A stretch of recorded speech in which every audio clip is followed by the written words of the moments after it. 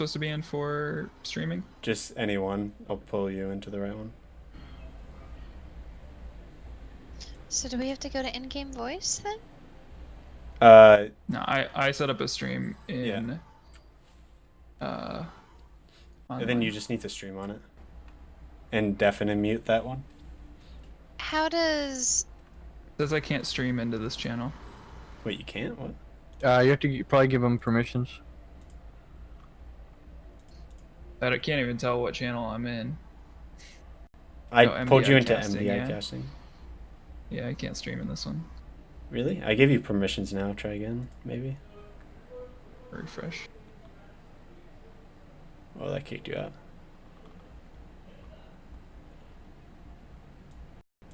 Alright, you're in it now. There we go.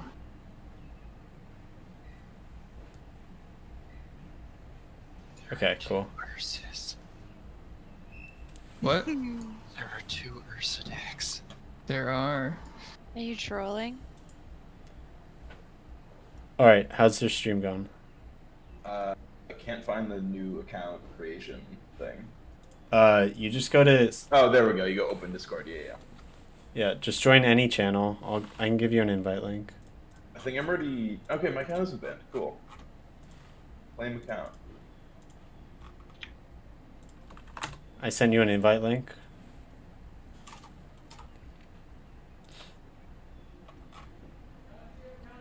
That's already registered. Fuck. Oh, Christian's on your team, right? Okay. Where is he? Okay. He's not connected.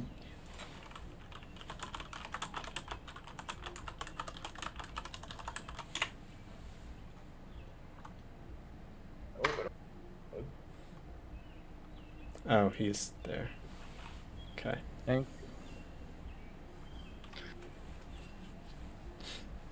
Oh wait. I'm ready to suck asshole. Oh, yeah. I can't join MD. I know. Is it MDI casting? MDI casting. I know. Just join a random one. Yeah. Oh, this one's full. Alright, I'm in the red one. Can you stream now? Make sure you deafen also. Can't stream into this channel, into the MDI casting channel. I just gave you permission. Okay. Yeah. You might have to exit and go back in. It didn't work. Yep. Okay, now try.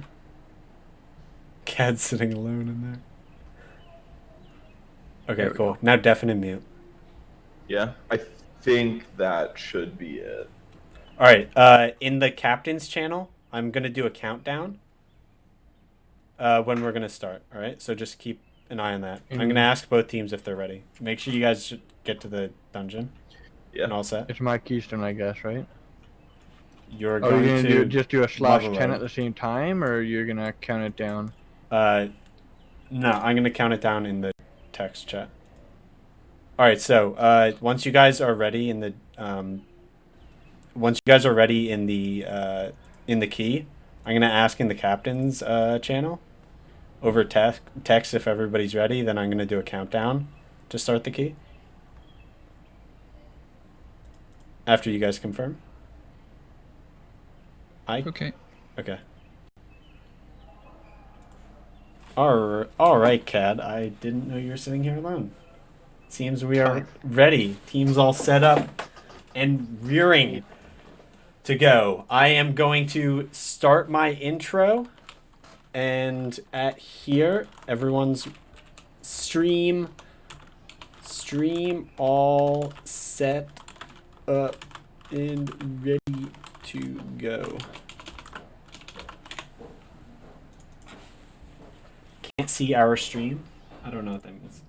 All right, so here's the intro, everybody. Looks like they're solo pulling a junkyard duck. That's a big mistake. Christian dies. This is a big lead. Oh no! Okay, the demon goes across. Oh, that's gonna another wipe full again. team wipe. And the ad's blowing up? Let's see if they have a Westbrook. Link came early.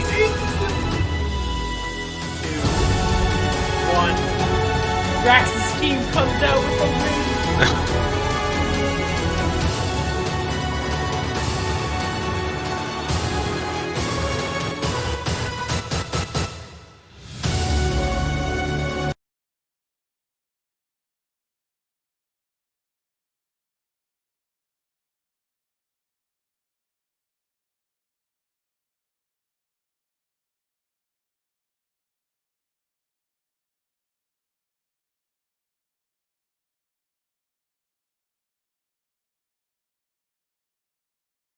Jack, I made a second account so I could watch both streams. Can you give it the role to come in here?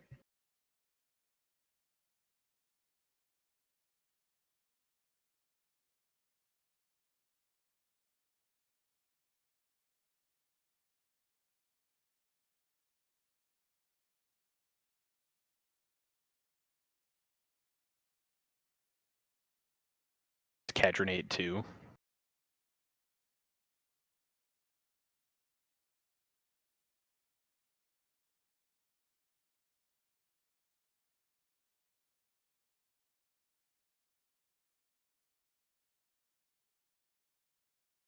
Sick.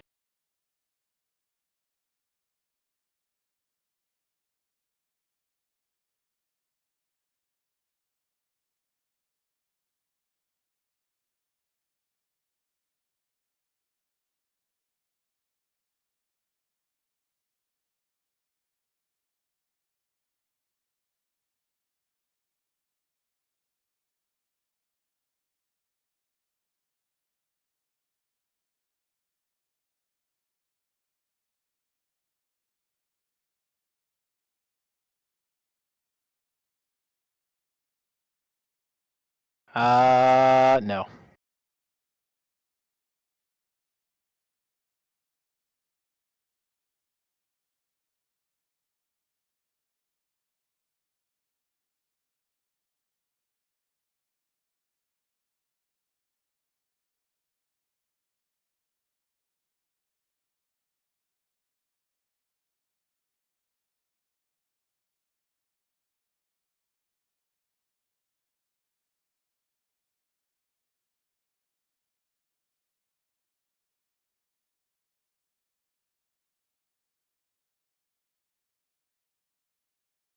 Yeah.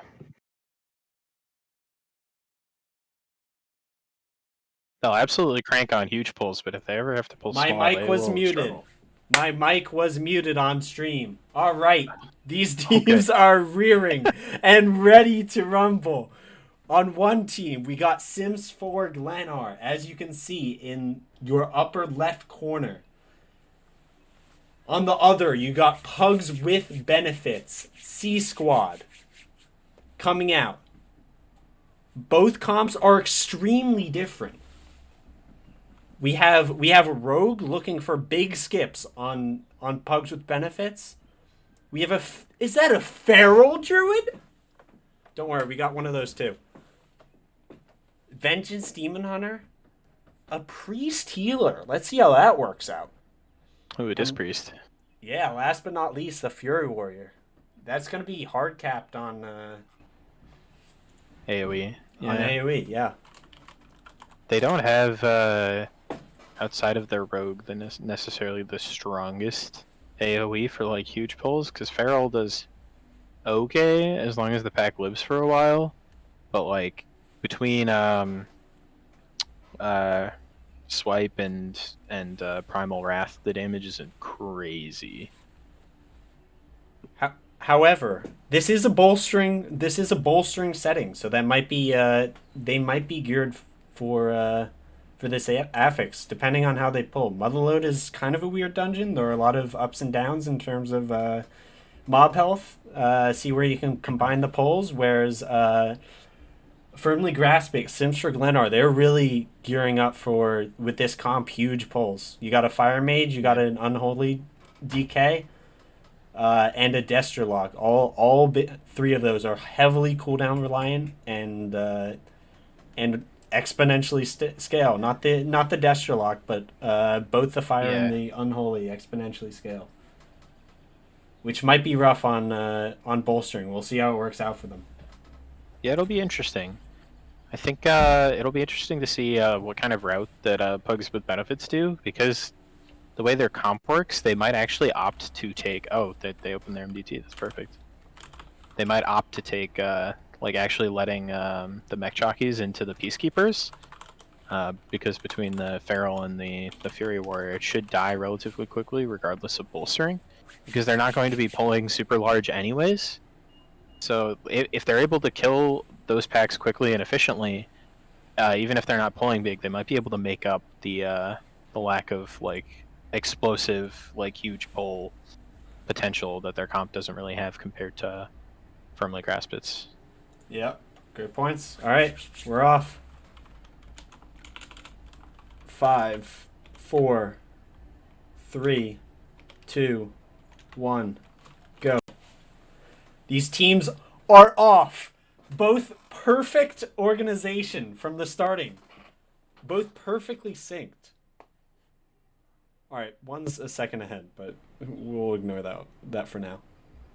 Firmly Grasp It. Looking for double pull here, whereas Pugs, they're going for skips. They want to get out of that first area, and they're also doing a double pull. It's smart because then they can get past the Peacekeeper at the beginning. Yeah. Peacekeepers usually on this dungeon, teams love to pull Peacekeepers, but on bolstering it can be super awkward. It's not a great week for it. Firmly Grasp It. Done with their pack first. Going straight into the obelisk. One of the things, since these teams aren't super practiced at this, we'll be looking out for how many obbies they're trying to do at the last boss. That's true. Yeah. I would assume at this key level they're looking to do 2. Especially Firmly Grasp It because of their big cooldown comp. Mm-hmm. Yeah, they'll probably only do 2, but they could potentially manage 3 considering the absolute girth of their cooldowns. That would be like a situation like 2 specifically, but even more than that would be like where a Destrolock would shine like for this comp. Yeah. Both starting out with very different routes. It looks like Pugs with Benefits are doing the early clear strat where they get a bunch of percentage early. They blew their lust early. They might try to just clear as much of this. Do you think you can get all this pack in more than 10 minutes? All these mobs in this area in less than or more than in 10 the front minutes? area? Yeah. Like, are they trying to think use so. their lust on boss? They should use it before. Pugs with Benefits just now use drums, which is smart because it's better to get it on cooldown. On a fortified week, I really don't think it's worth it to wait for the first boss. The first boss of this dungeon is such a pushover. Yeah, it really is. It really doesn't matter. Even on Tyrannical, you can get away with the damage amp too. Lust isn't as valuable because you're killing it quickly regardless. If you save your cooldowns, like the numbers are just going to be insane regardless. And usually, like with the tank kiting, as long as you kite properly, the damage shouldn't be too much of a problem, especially on a fortified week. You're not really going to worry about static pulses. Oh no. Left team is Firmly Grasp It's not tracking deaths. We're going to have to do some quick mental math to find out if this comes real close. How many deaths each team had. All right, now Firmly Grasp It, pulling the boss and lusting. They want to get that on cooldown. Last time we did an MDI, we actually ran Motherload, and this was a 3 lust dungeon. They did it in 22-ish minutes. So not exactly a 3 lust dungeon, because there's going to be lots of wiggle room there. And I think I need to reload the stream here. It'll be interesting to see how they path their lust, because I honestly personally think, like, look how quickly this boss died. Like, you know, I really don't think that the lust was worth it in this situation. Like, if it's going to be bad for them, you'll see it trip them up on Azarok, which, as easy of a boss as that boss typically is, the amount of health that you just have to blow through on that boss is why I think it's a good Lust boss. And Otherwise, you just waste so much time. Yeah, the slower you kill Azeroth, the more ads spawn, and the more damage you lose to having to sink damage into those ads. Exactly. Yeah. Ooh, Urzadet. Getting really low there. Good recovery, though.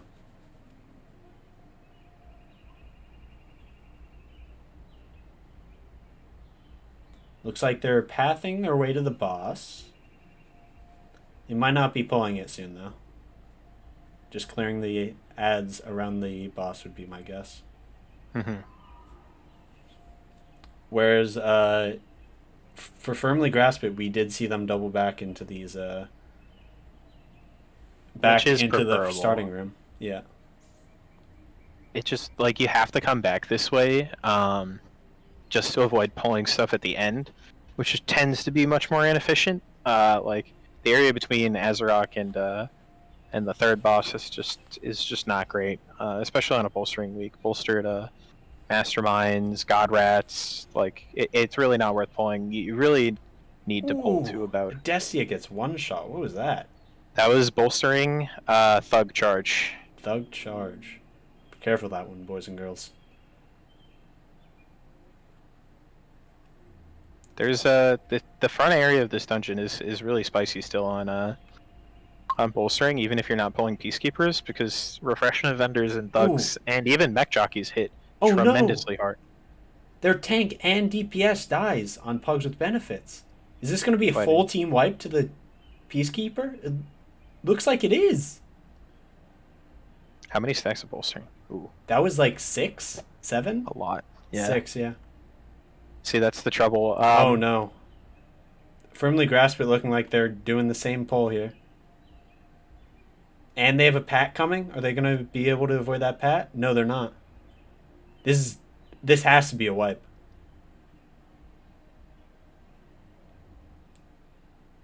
Let's see if they can survive this. Oh no, they pulled another pack! Oh, this is... They should just wipe this. They should just die. Yeah, clean up all the low health stuff. Just, yeah, kill what you can. Once you start running into actual health bars, you just die. That's bolstered. It's time inefficient. That's rough. That's real rough. But they're going right back to it. Let them reset. Get rid of their bolster stacks. And they're coming. Losing almost no time on that wipe. Of course, they toxic blades through. 2 toxic blades got through. That was very not great. They might wipe again right here. No. I don't know if Christian can heal through. Yeah. They didn't kick either of the toxic blades on the assassins, and then both of them got their hails off. Very not great. Not cool and not nice.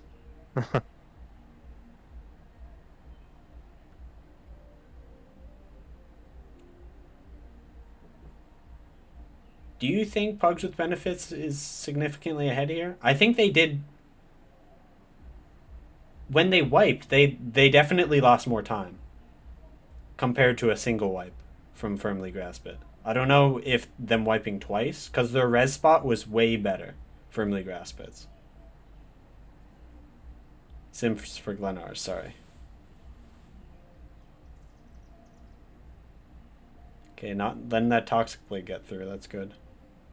So, Cad, why do teams go to the boss first and then double back? We kind of went over.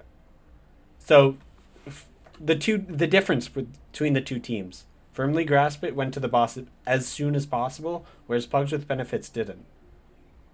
It's just like about hero timing. It's like we talked about. The goal is to get hero on cooldown as quickly as possible because of the time structure of the dungeon. Like, regardless of necessarily pushing it quickly, it's like a 32-minute dungeon, or a 39-minute, right?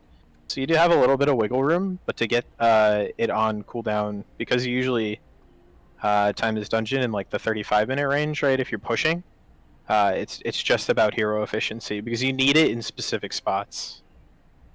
Like usually you set up your pulls around when you're gonna hero, right? Yeah. So like as long as the route's planned out. Like I said, I didn't necessarily agree with firmly grasp it using hero on the boss, but it depends on how they route after this. The more standard fortified ways is what Pugs with Benefits did. You know, I thought this game was closer, but it looks like Sims for Glennar is actually further behind than I thought. You look at that enemy forces count; they're only at 30, whereas Yeah, that's really bad. It could be awkward. Pugs with Benefits actually left the first area with less percent than they need. You usually left want to it get with- 65 before you go, and they were at 58, I think. yeah, it So was they have to 59, make I up think. percent elsewhere, and they'll probably do it before the final obelisk if they decide that which they should do to drag to the last boss. They could do it over here too, but those packs can't. Like, if they do, it would probably be better to do it here, but because the packs before the last obelisk generally take a while to kill, comparatively, because these ones have low health, and you can just really cleave them down really hard. Those ones, like, you have the mobs that'll like rocket jump all over the place, and the big not peacekeepers but other mech units. Yeah, this area that C Squad is in now. I love this area as a fire mage. Pull like 3 Yeah, packs it's great. at a time. They all have the same amount of health, and I just light them all on fire. Oh yeah, this area is actually just objectively the best for big pulls. Yeah. It's unfortunate that there's not more mobs in this section, because once you get past what they've already pulled, you start to get to like the shale biters, which are not great, and the pack before Azarok is also not great because of the cover mechanic from Taskmaster or whatever his name is. Yeah, in this area there are no lieutenant mobs, so all of your AoE stuns are super effective.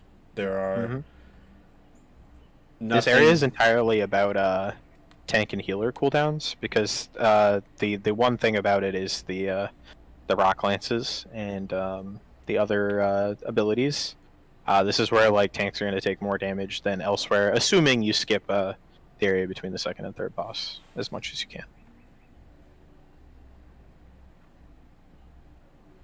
Sims for Glennar are still in the first area. What percent are they at? 51? Yeah, they're significantly behind. Yeah.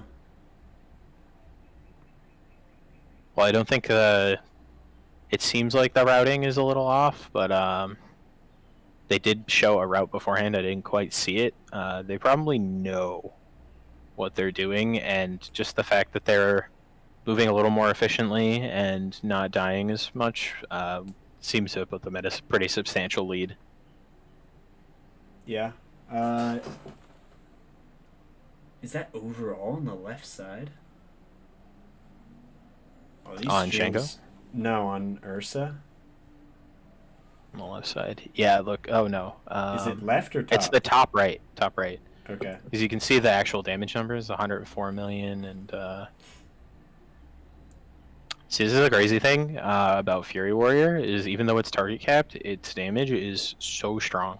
Yeah, Like 160k overall is really, really good. we were talking about it at the start. They're doing slow, small pulls, and those pulls are going insanely quickly. Yeah. And it looks like they're heavily using that to their advantage. If they get through Azarok real quick, I think they will put themselves at a position where Sims for Glennar will just not be able to catch back up. Yeah, They are. This is what a lot of people don't do. A lot of people tend to panic and just kind of run away from the ads. But if you can keep them by running around in circles in melee cleave, this boss becomes much easier. It's worth like 1 or 2 people sacrificing DPS to cleave down the ads as quickly as possible, as opposed to like individuals kiting their ads outside of the boss area. Sims for Glennar went with a huge pull, and looks like they have some stragglers bolstered. This is the same area that the C Squad pulled at and also got a few deaths at. Yeah. Just random characters dying, and they had to kite back just like this, like 5 minutes ago. Though. Oh, Shango almost gets one shot. Looks Yeah, like this they is going to be a stabilized good spot. If they can manage to kill these, they should just throw whatever CC they have at these two right now. No, they made it through. I don't know how many deaths they got for it. Looks like they're gonna do another double pull. Unfortunately, they're not pulling too huge here. These are the same pulls that C Squad was doing. Yeah.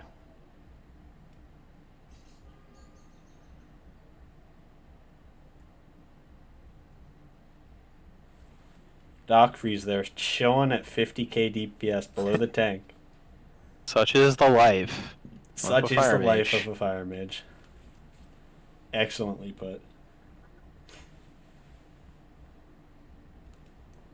Yeah, a lot of this dungeon was gonna hinge on how much damage Yimlo can do outside of his like infernal windows.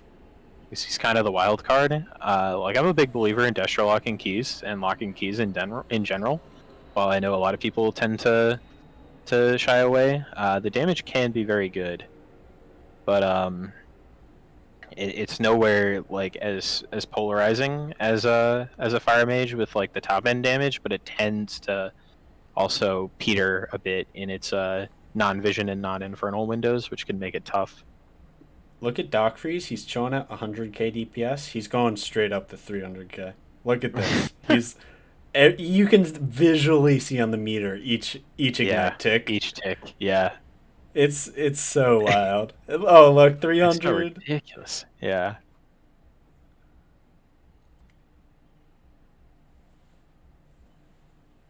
I feel like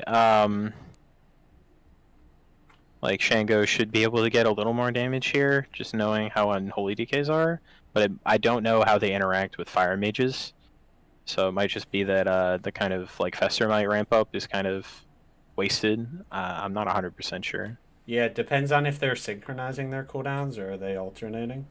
Yeah, it's unfortunate that their cooldowns just aren't going to align, because Unholy DK, like Unholy Frenzy, is like I think a minute and a quarter cooldown, and then like their cooldowns are weird because Dark Transformation, they have a bunch.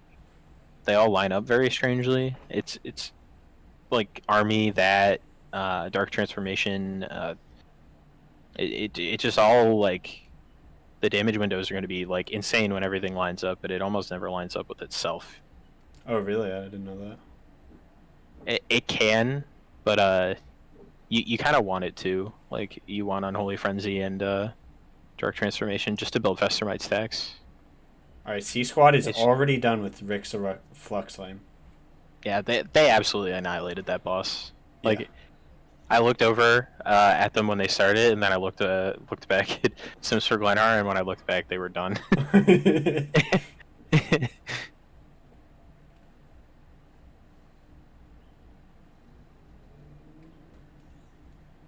They're doing really well in their bolstering too. I think I've only seen one time this dungeon where they've had a They massive are bolster. also done with forces. Yeah.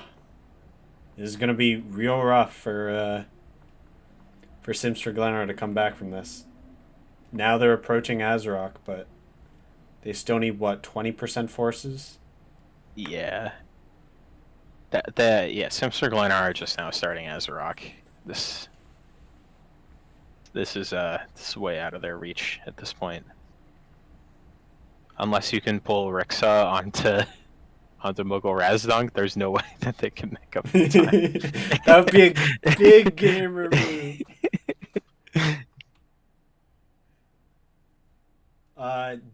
Any recollection of how many obbies C Squad is doing with last boss? Oh, actually, I don't know. I think believe they it's did. one. Did they do the first one? I don't think they did the first one. I think that is the Okay. only one, and that was, what was that? Scary Joe? No, they I just think killed. that's Tank Buster, right? Yeah, I think it's Tank Buster. So they got two. Grand Slam Gary, I heard he's called. Let's see what it is. It must Oh, be two. It is two. Void Grand Reaver and Slam Tank Gary Buster. and yeah. Tank Buster is an interesting choice, but Vengeance does Oh have a no, lot of... Ravi gets one shot. That's crazy. Do they have a But res? they do the have res? B-res. Yeah. Are they they going have to be able two. to recover though? Ebok goes down. Oh! Alright, they have one more B-res if they can recover. They have to stabilize first before they can recover. Oh, they don't have a B-res because the B-res died. No, no, Unless no. they have... Oh, he's No, an they got an engineer. NG res. Oh, but Yeah. Ravi Oh, this Gets is it. tough. gets a spider cast on her. Oh no! Ebok dies Insta again. dies. He res and right big out. They're gonna wipe. fire! Oh, they recovered. That was a clutch leap.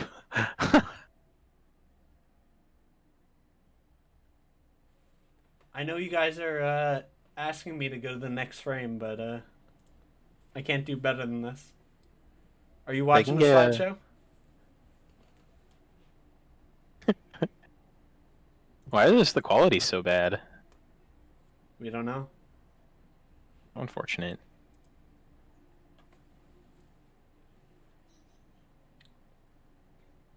Yeah, I mean, even a man down, I feel like they're just so significantly far ahead that Oh yeah, it really doesn't matter. Being a man but down for an entire boss is They gonna be have way more another of an B-res advantage now. than an entire boss.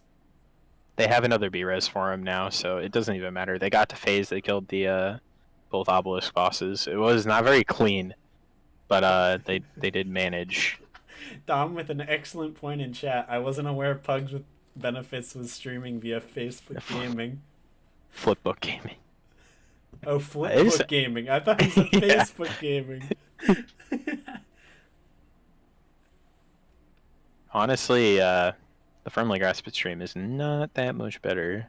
Yeah, but they're getting like It's- 5. Yeah, yeah, that's fair. 5 as opposed to 3 is an improvement. 3, that's generous. This is Christian's 4th motherload ever? Hell yeah, dude. She needs to run more keys. He's getting big. I don't Christian even gets think a down lot on of this. himself. Yeah, I know he does. I don't even think a lot of this was Christian's fault. Like, It seemed it's to tough. me it was pulling. Yeah, I the don't know pulls if it were. was It's whoever butt pulled on some of those pulls, and then when they tried to re-pull and let both of the toxic blades go off, there's nothing Christian can do. Well, he could probably Typhoon, but like that creates its own problems, right? Yeah. I don't necessarily think it's his fault. I wouldn't say specifically it's his. It's just the team in general. All right, and just like that, Pugs with Benefits takes game 1 over Firmly Very Grasped. comfortably. I don't have a victory screen because I didn't have time to prep that, but we'll go straight into the analysis section. And I don't know if Cad has a webcam. I forgot to ask him before we set this up. All right. I don't know if it's set up.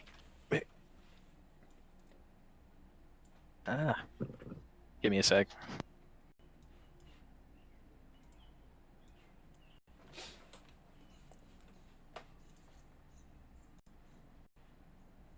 There are way more people in here than I prepped for. Where's Cad?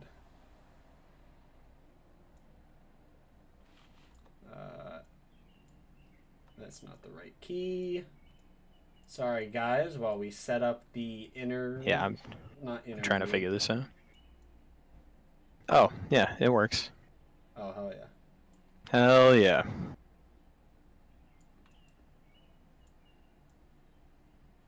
All right. So, video disabled by me? There he is. All right. Interesting. All right. So, what were the biggest differentiators between I think Sims for Glennar and C Squad? besides the general like mistakes that Sims for Glennar made that led them to wipe, the biggest things were I think routing. Like it's like I said at the very beginning, I really disagree on Fortified Weeks with going straight to the boss and using hero, because that boss is one of the coin operated crowd pummeler is such a layup even on tyrannical weeks. It's really not worth doing. Like you're better off like pulling big and like making up percent because you can do so much more in that time, especially considering the comp that Sims for Glennar went in with, like a hero with a combust with assumably like army and all unholy's cooldowns and infernals, like leads to even more infernal procs, which is more AoE damage. Like all these things, like they could have just destroyed like 3 or 4 packs, like if they wanted to. It really just seemed like they were unprepared, and then from there they just weren't able to catch up because they didn't play to their comp's strengths. Like we saw them do the same size pulse as the C Squad did, and C Squad's comp is like much less suited for these huge pulls. Like it's like we mentioned at the beginning, they have a Fury Warrior. Like it's not like the Fury Warrior is not going to do like very good damage for what it can hit, but the target cap should be like something that would put them potentially behind if they were doing exactly the same thing. But if you're only pulling like 5 to 8 things at a time, the Fury Warrior is not really going to fall behind. Yeah. One of the things that I noticed was it seemed like the bolstering, man. You mentioned that the sizes of the pulls were about the same, but it seemed like Sims for Glenor was losing control at the end of the pull with their bolstering packs. Yeah. The pack wasn't all dying at the same time. That might be due to the Fire Mage Ignite and the group not compensating for the single target nature of that spec, where they pump like 50% of their damage into one target and then the rest spread. Yeah. Well, it's the same thing with Unholy DK too. Yeah. Because you don't necessarily have the same level of control. Like I don't think their cleave is like that drastic on different targets, but I don't necessarily know that you can control it being even. And you definitely can't target swap as both of those characters, so you kind of just pick something. Like as Unholy DK, you put on your whatever dot stack is, right, and then you burst them, and like Fire Mages and target swapping during combust. And that's going to lead them to a lot of problems. And it's the same thing with Yimla. Yimla's Chaos Bolting one thing, or maybe 2 things. Like, you can target swap, but it's not, like, super good. And you have Infernal, and it's, like, stuff like that. Like, we saw both comps, like, on certain, like, huge pulls. Like, they did the same pull after Azarok, or not, a coin-operated crowd pummeler, right? Where they pulled huge, and both comps suffered deaths there from like 8 times bolstered rock lances and those mobs. But considering the differences in comp, it shouldn't have been so similar. Yeah. Which is where Sims for Glenor clearly fell behind and failed to take advantage of the strengths that their comp had. All right, real quick before we throw to a break, what did C Squad do that impressed you? A few things. They were generally very clean with like their like this is something I pointed out during the cast, but like the way that they pulled Azarok, I love. It's like I mentioned, a lot of pugs and unorganized groups. Like if you get targeted by the ads, the Earth Ragers, you just kind of run away. But the correct play is to run circles around Azarok to keep them on top of him so you can cleave them down. And they did that very well. I saw at one point, I think the healer, the Disc Priest, had like 5 or 6 stacks of the bleed. But as long as you don't die, like that's how you kill that boss quickly. Because Azarok is a lot of health to go through, especially when you can't cleave the ads. And I didn't watch Sims for Glenor do Azarok, because at that point it was over. But I assume they either killed it with Combust or kind of struggled and it took them a while. I don't even know. Are they even done? I don't know. Not to beat a dead horse, but let's see. Yes, they just finished. They just finished. Okay. 29 minutes. Yeah, it's tough. All right. We're going to throw it to a commercial break, but when we return, we are going to have Better Luck Next Time, helmed by Paige, versus Big Dam, helmed by Etris. See you in a couple minutes. Aw, yeah.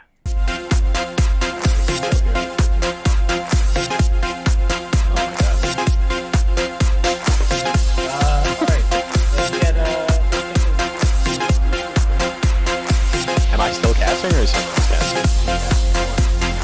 I don't know. It doesn't matter. If someone else had wanted to. I know you had asked me. I didn't know.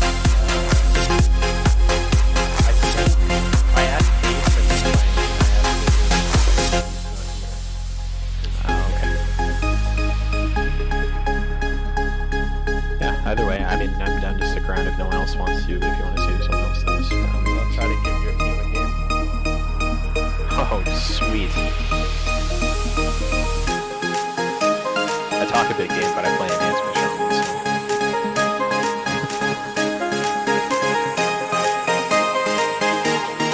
Alright, I'm gonna go for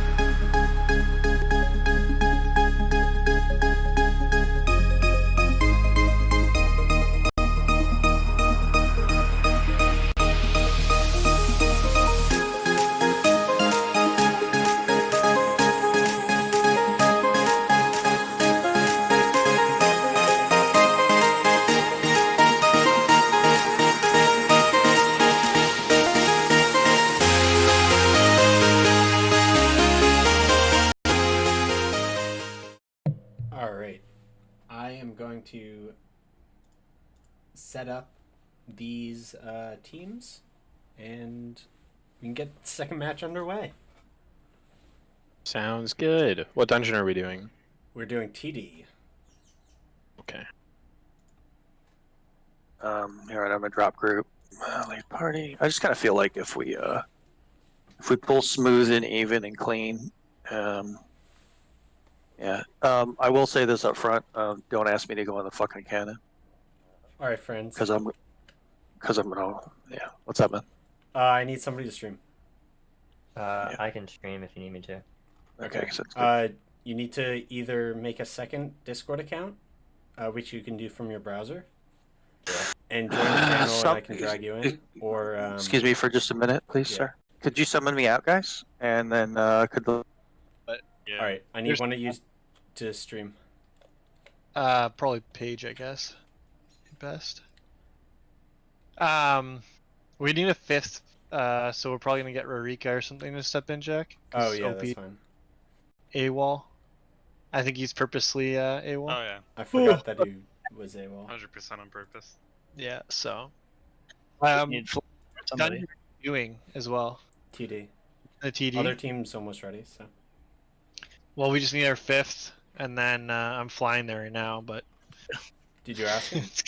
Yeah. he said he'd come. Yeah. Flying America. And then Yeah, it doesn't really matter. we'll have to One figure or out two. who the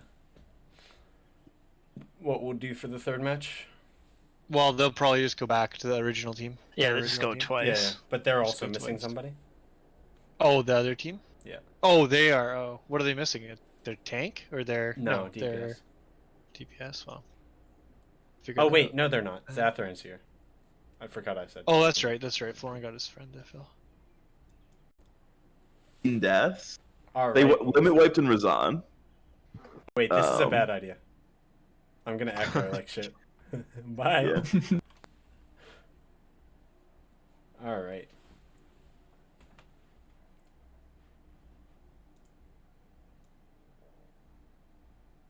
Second match. You have the comps. You know it. Do I? No. Yeah. Okay. Let me get you the comp real quick. Actually, I'm gonna throw up another break, right? Another 3 minutes. We'll get this up to 3. Take some drugs, I don't care, whatever.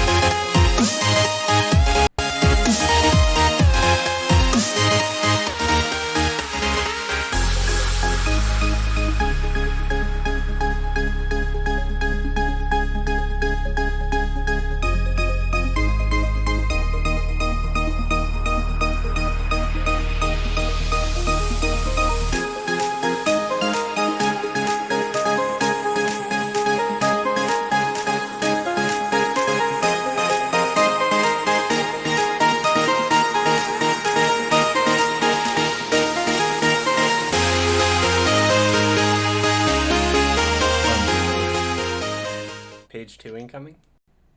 What's that? Is it page 2 incoming? Yeah, I get it. Give me a second. We have pinch filling in, by the way. Okay, that's fine. That way flooring doesn't have to go Yeah, twice. yeah, And double. Double trouble. My bubble. I just log in on the browser, right, to make Yeah. on a second account. Let's go through my intro real quick. Looks like they're solo pulling a junkyard duck. That's a big mistake. Living nightmare. Christian dies! This is a big lead. Oh Okay, no! that's even Freaking lost their bodies! I don't disappoint you. Oh, that's He was gonna another wipe full again. team wipe. I can barely. And the ads blowing up? See if they otherwise work. Link came early.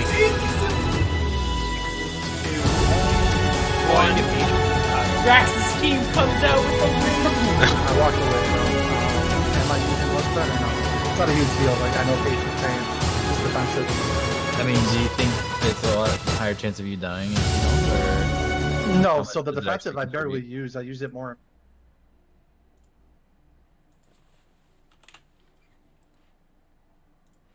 Alright. Let's see if this is a highlight that I wanted. This is not the one that I wanted.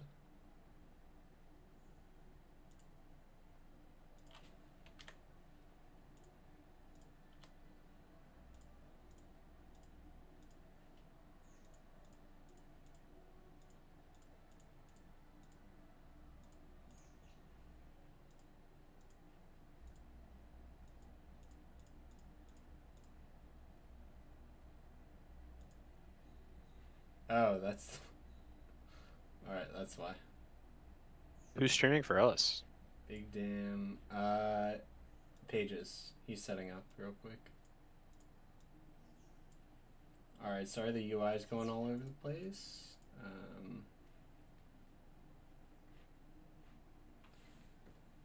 Alright, so what did I highlight from that last match? no, Ravi gets one shot! This was... So, we had troubles here on the last boss for Pugs with Benefits, but they were able to recover miraculously. Tank Buster Yeah. is an interesting choice, but Vengeance does have... It was huge that that the first person who died wasn't the druid, so they were able to get them back up. Yeah. If they had to engineering B-res there for every single one, I don't know if they would have been able to make it. Alright, what else did I highlight?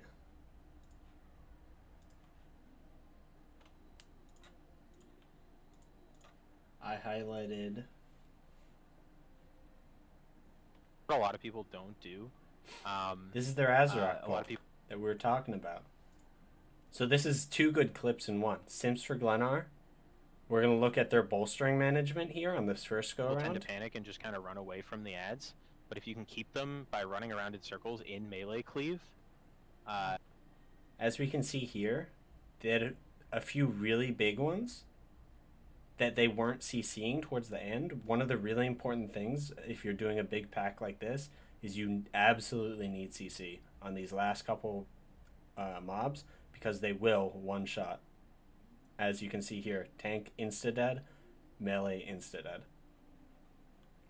Whereas when we're looking at Pugs with Benefits, their Azeroth pull, all these ads are what Cad was talking about earlier, was keeping these ads in cleave range. Even though they're fixated on ranged players, actually they don't have any range, besides the killer.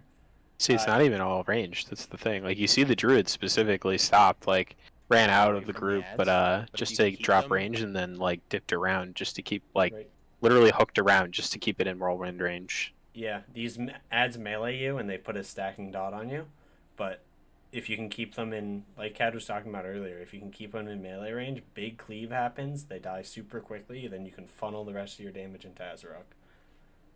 Something I'm not sure a lot of people know is the dot is actually a bleed. So, like, if you're a dwarf, you can dwarf racial the bleed off. Yeah. You can see here, you can see even the Feral's path here. You see him dip out to avoid the melee here, and then come back in melee as soon as possible to keep that ad within cleave range. Within cleave range, very really good job in that boss pull.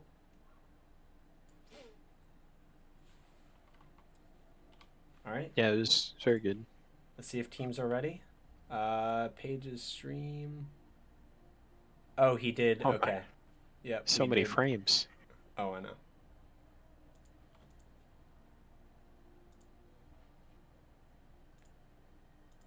All right. Looks like teams are ready. Match 2 can begin in a few seconds. I need to do the UI a bit because it's all fucked up.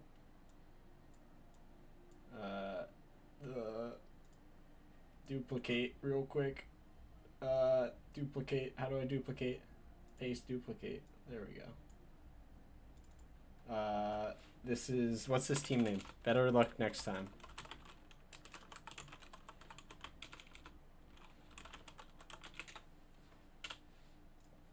Alright. We have our teams all ready, except for Paige's stream, which is not loading apparently. Is it loading for you?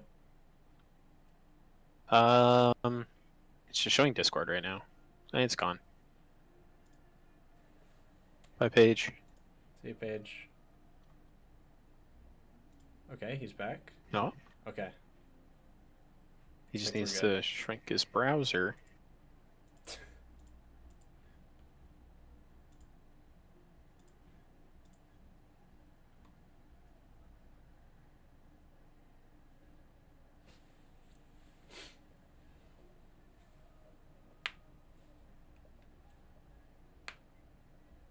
Wait, does Paige use Discord in his browser all the time? No. Oh, that's right, because he has a second account. Okay. Yep.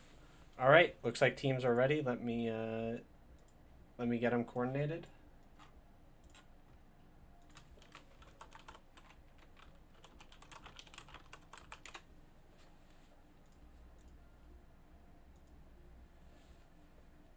All right, 30 seconds. This match starts. All right, what do you think about these team comps? I think Page's browser is very interesting. All right. Very insightful comment. I can't quite tell who's on plugs with benefits for what their classes are. Looks like It's Havoc, Demon Hunter. BM, probably a Restogerin, and then I can't tell what the other two are. It could be a few who's things. Maybe a warrior? 2 warriors? I Hey, can't what's tell. up? Okay. I have everything muted on my other Discord. Like I have both you casters muted. You Have can both still you hear casters us? muted on this one, but I'm still hearing you guys talk for some reason. I don't have the stream open at all. Do you have the Twitch stream up? No Really? stream open. I'm super confused if Discord's bugging right now. I might have to just restart Discord as a whole. Have you tried to unmute and deafen the account that's in here and then do it again, just to see? I can try that. Let me go to And that then one. leave and see if you can still hear us. How about now? Can you still hear us? Try You're still moving here. me in. Try my stream account in. Sorry. Actually, don't move it in yet. I'm gonna disconnect. I'm gonna move my main down to see if I still hear you guys when you talk. Yeah. Okay. Okay, we're talking. We're talking. Hello. Talking. Technical assistance. Difficulties occurring in the Discord. This is really the technical difficulties. Okay, MDI. you didn't hear us? I didn't hear you that time. So Okay. I didn't hear Hell yeah. All right. Move. All right, can you hear us? Can you hear us? He just needs to turn the stream back on. Yep.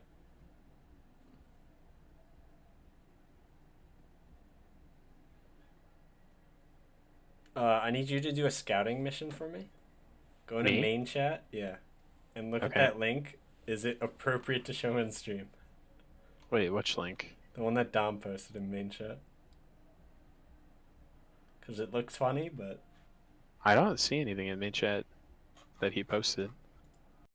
Nothing within the last hour. Oh, it's beating a dead horse. Okay. Oh, it's just the GIF. The GIF. Yeah, yeah. Okay. Yeah, it's... that was when I said beating a dead horse when I was talking about. That was a while ago. That was 20 minutes. That was 20 minutes ago. Alright, guys, I have a lot to pay attention to here. There's a lot for me, alright? Stream off center, you know what? Yeah, I know. Heck 'em. Heck 'em. Page, shrink your browser. Okay, page is good. 30 seconds. Page needs to shrink his browser. Oh, there we go. Alright, cool. Okay, cool. Alright.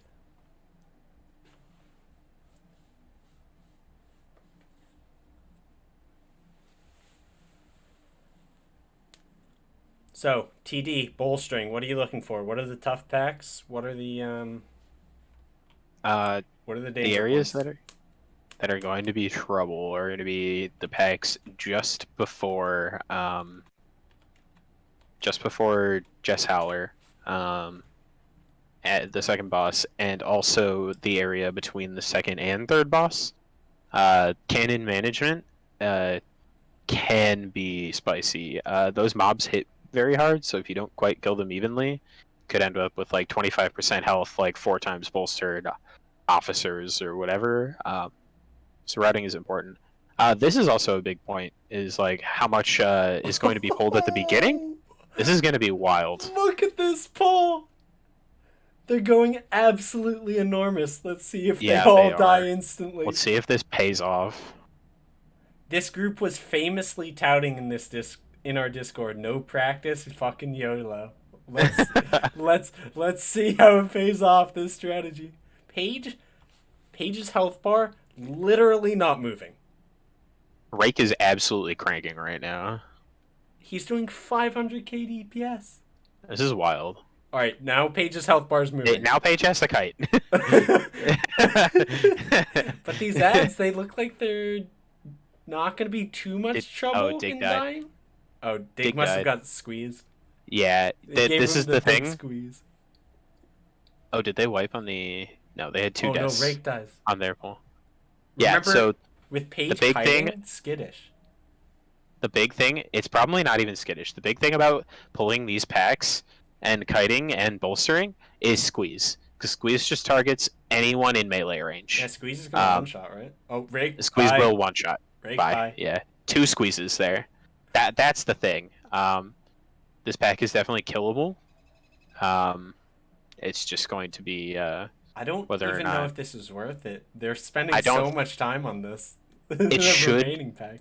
How much health does it have left? Is that 2 million? With I can't quite see. I With can't tell. 5% left. It's a lot. It shouldn't hurt them that much. Look at Rake just running in and swiping, then running out. Look at him. They have ranged DPS, so it shouldn't be that bad. But my God, it's so funny. So they effectively came out, I think, a little ahead. 2 more deaths than They're at Pugs with benefits, but they Oh, are also slightly ahead in percent. way ahead. They're 15% compared to 11. Yeah, And they're so already pulling the box. they are this pack's gonna die for them pretty quick, so they'll probably make up the time. But they just did, like, Pugs with benefits did the exact same mobs that Firmly Grasped did, just pulling them in 2 separate pulls.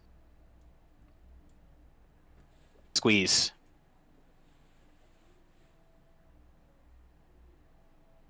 Oh.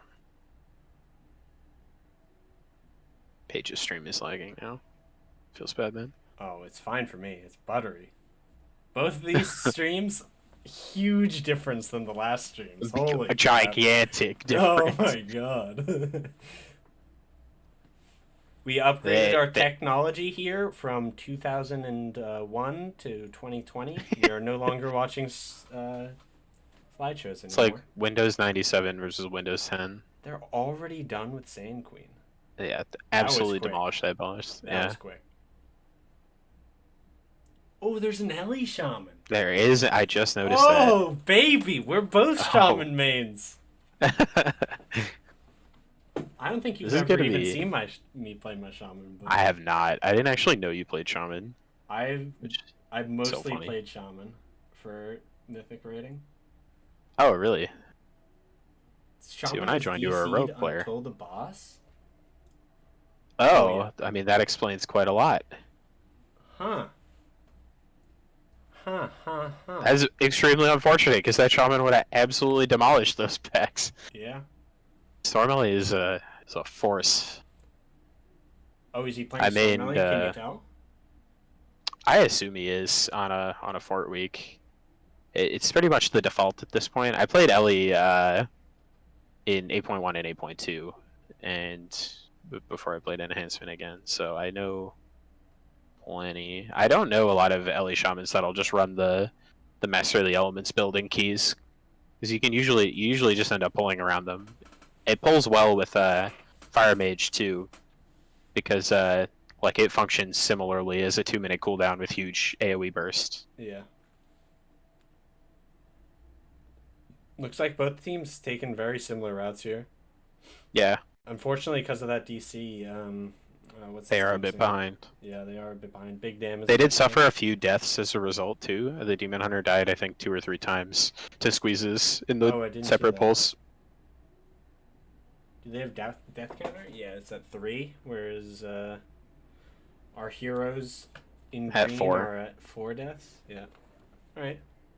This is clearly a big advantage for better luck next time. Let's see if they can hold it for the rest of this dungeon. They are a bit ahead, so let's see if they can keep going with that lead, or if the Shaman player being back will help them. Yeah, thanks for repeating what I literally just said. You're welcome.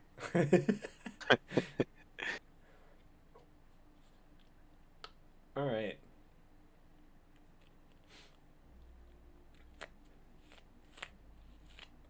So So one of the things about this bolstering week that I'm actually very disappointed about, I wanted to see big trash pulls on bosses, and we don't get to see that with bolstering. You don't get to see that. Yeah, it's really not fun. Honestly, a lot of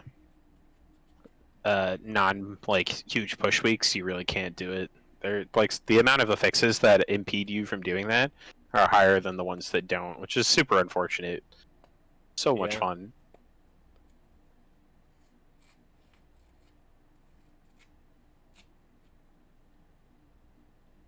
So they did good. Firmly Grasp did good with their huge pull at the beginning, but I question whether or not they have like an actual route planned out right now, or they're actually just YOLOing trash until. You know what? I think they're just YOLOing trash. I think so too. I think that I talked to multiple of their members before the run, and it was very much a we're purposefully not gonna do any prep. We're gonna avoid doing prep. just for clout, and that's seeing the people on this team. That's very much in line. Makes with a lot of sense with their personality. So far, it's playing to their benefit. Oh, let's see where that TD goes. Okay, only pulled us yellow. So I don't know if anybody in here is unaware of what happens with TD in this dungeon, but this dungeon's really fucky. What are the things that you've seen on this dungeon, Cad? Oh my god! Pulling through separate floors, like being on like the second or third floor, and like all of a sudden crocodiles from the bottom floor are running at you. What the hell? Crocodiles? Yeah, the ones all the way at the bottom. I've seen that. Things can pull through these cells here. Or in the cannon area, Twilight Devs will go through walls and pull the caster mobs from the side rooms. I've seen the boss get pulled through the Just Howler be pulled through the gate at the beginning of this floor. It's just so bizarre. In like pushing higher keys, I would just like opt to not wear Twilight Dev at all in this dungeon, just because of how much like pulling extra like that by accident with a TD can just wipe you. Is so ridiculous. It probably won't hurt them at this key level, but it is. This dungeon is just a mess. You know what? I would normally agree with you that it probably won't hurt them at this key level. Oh. However, bolstering could throw a huge wrench in there. It could. Oh, rake dies instantly. Paige got hit by a lockdown. Yeah. Oh, very lucky see a to mass live there. dispel out of dig here? Yeah, quick dispels. I don't know if that was a mass. He might have not had it up, but got rid of those watery shields quickly.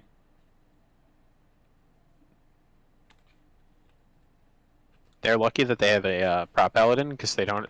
Prop paladins deal moderately well with magic damage, so you don't have to worry about the salt blast as much. But fortified salt blasts are quite formidable. They're probably gonna be waiting for Rake here to come back, and then he died and released. Why? Yeah. What did he get hit by? I didn't even see. Did he get hit by lockdown? He must have. It probably, yeah.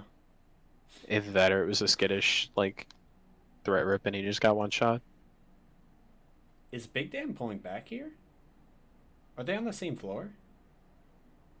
They are. Yeah, they're just about to get to the pack that that Paige's team just cleared. Oh no. So they've almost made up the They've sat here for a minute. Yeah, this is another not great thing about this dungeon is dying in this area, like between the first and second boss. It takes a really long time to get to here. Yeah. The graveyard updates to here once you get past it, but any mistakes between that can be it's very timely. Yeah, the runs on this dungeon are real annoying. Anybody It's standing not out as on bad this from one? this point, but Alright, nobody's standing out. That's honestly I didn't expect that. Nobody's standing out for the flashing dagger or for the daggers. I don't know what the prefix is.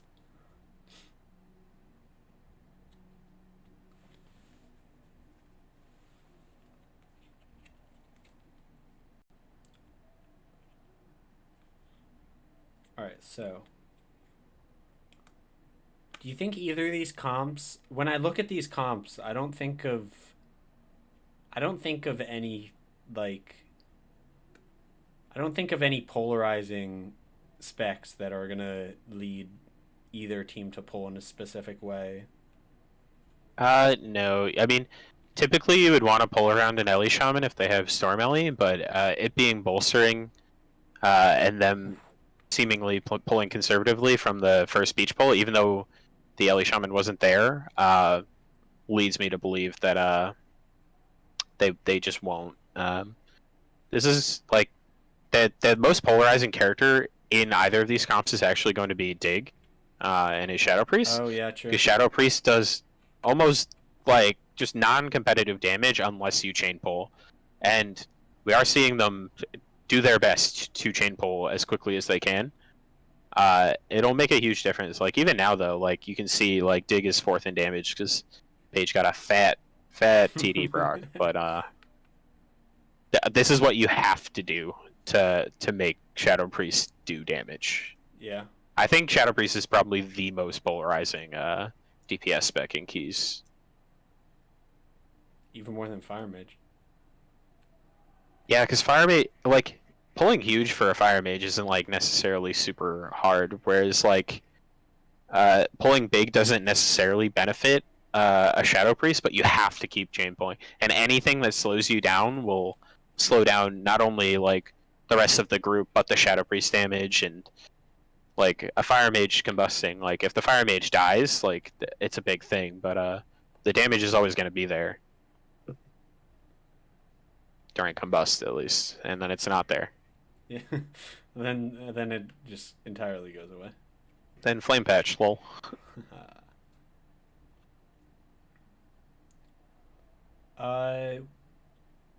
Interesting. Ooh. You know, I can't say I've ever seen people on purpose pull these side rooms here. What percent are they at?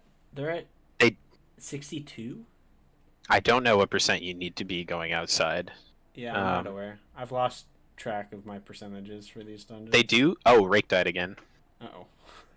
They do have the means to dealing with this pack because they have a prop paladin. Usually, like pulling all these casters means you're going to run into a quite a lot of kicks that will probably overwhelm your group. But Ardent Shield should keep that in check. Looking at these two teams, Nick's doing like Snow Mexicans doing like twice as much DPS as a healer, which is nice. I talked to him before the event. Oh my god, Rake and Pinch die instantly. What Crazy. was that, you think? If I had to guess, it might have been just the blaze maybe, or fuse lighter on the ground. I didn't see. Alright, they're not releasing this time, which they could have released that time. But yeah, Snow Mexican was talking about he's running full TDs. He's running Glimmer for DPS on mobs. He's going all out. It's how you should do it, for the most part. In this kind of event, yeah, I agree with that. There's like Ineffable is good, and if you could fit one or two, it'd probably be fine. But it's definitely not necessary.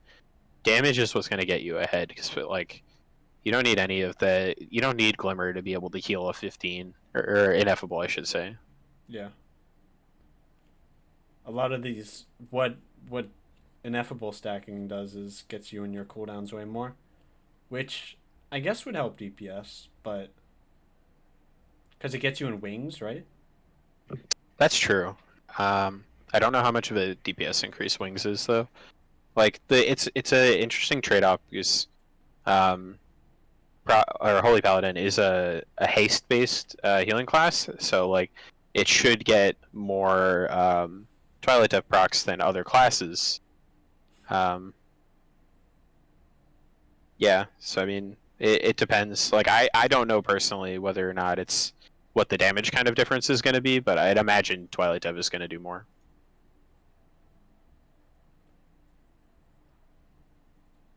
Oh no. You know what I see? What?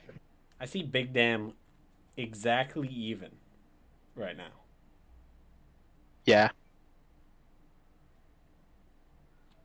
They've really pulled it back. Yeah, they did. They brought it back. It's going to be a close finish. A lot. This next part's going to mean a lot. Any mistakes on the cannon add quite a bit of time. See, this is if... I don't know. Oh no, he missed 2 cannon shots. It's not good. That's no bueno. See, where Paige's team opted to pull those flame casters and just cleave them down on the like in front of the obelisk. The Pugs with Benefit team like pulled those casters, but is pulling them into the cannon, which is like the much more traditional like Oh, but it's strategy. sloppy. Oh, yeah, but he died. They do have a misdirect. I don't know why the hunter didn't get in the cannon instead. Hunter misdirect is kind of weird for those cannons because you only get a single shot off for some reason. Interesting. Whereas rogue misdirect, you get the entire duration of the misdirect. Oh, I didn't know that actually. Yeah. Interesting. I I know learned that on BM. the Titan Forge podcast. Oh, the demon hunter pulled. He walked to. Oh no, he melded. I was close.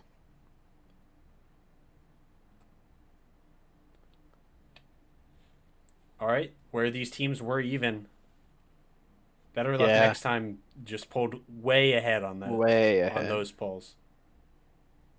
It's not perfect cannon play, but it's pretty good cannon play. Yeah, the Pugs with Benefits team is now dealing with a 4 times bolstered mariner or marine and an officer, assumably equally bolstered, which is just like 20% health left and 2 million health left is it's like not great. Added 2 more, I think 2 more deaths to their counter too. Not great. Rake gets 1 shot again. Rake having a tough time. Yeah, Rake's not enjoying this dungeon at all. No.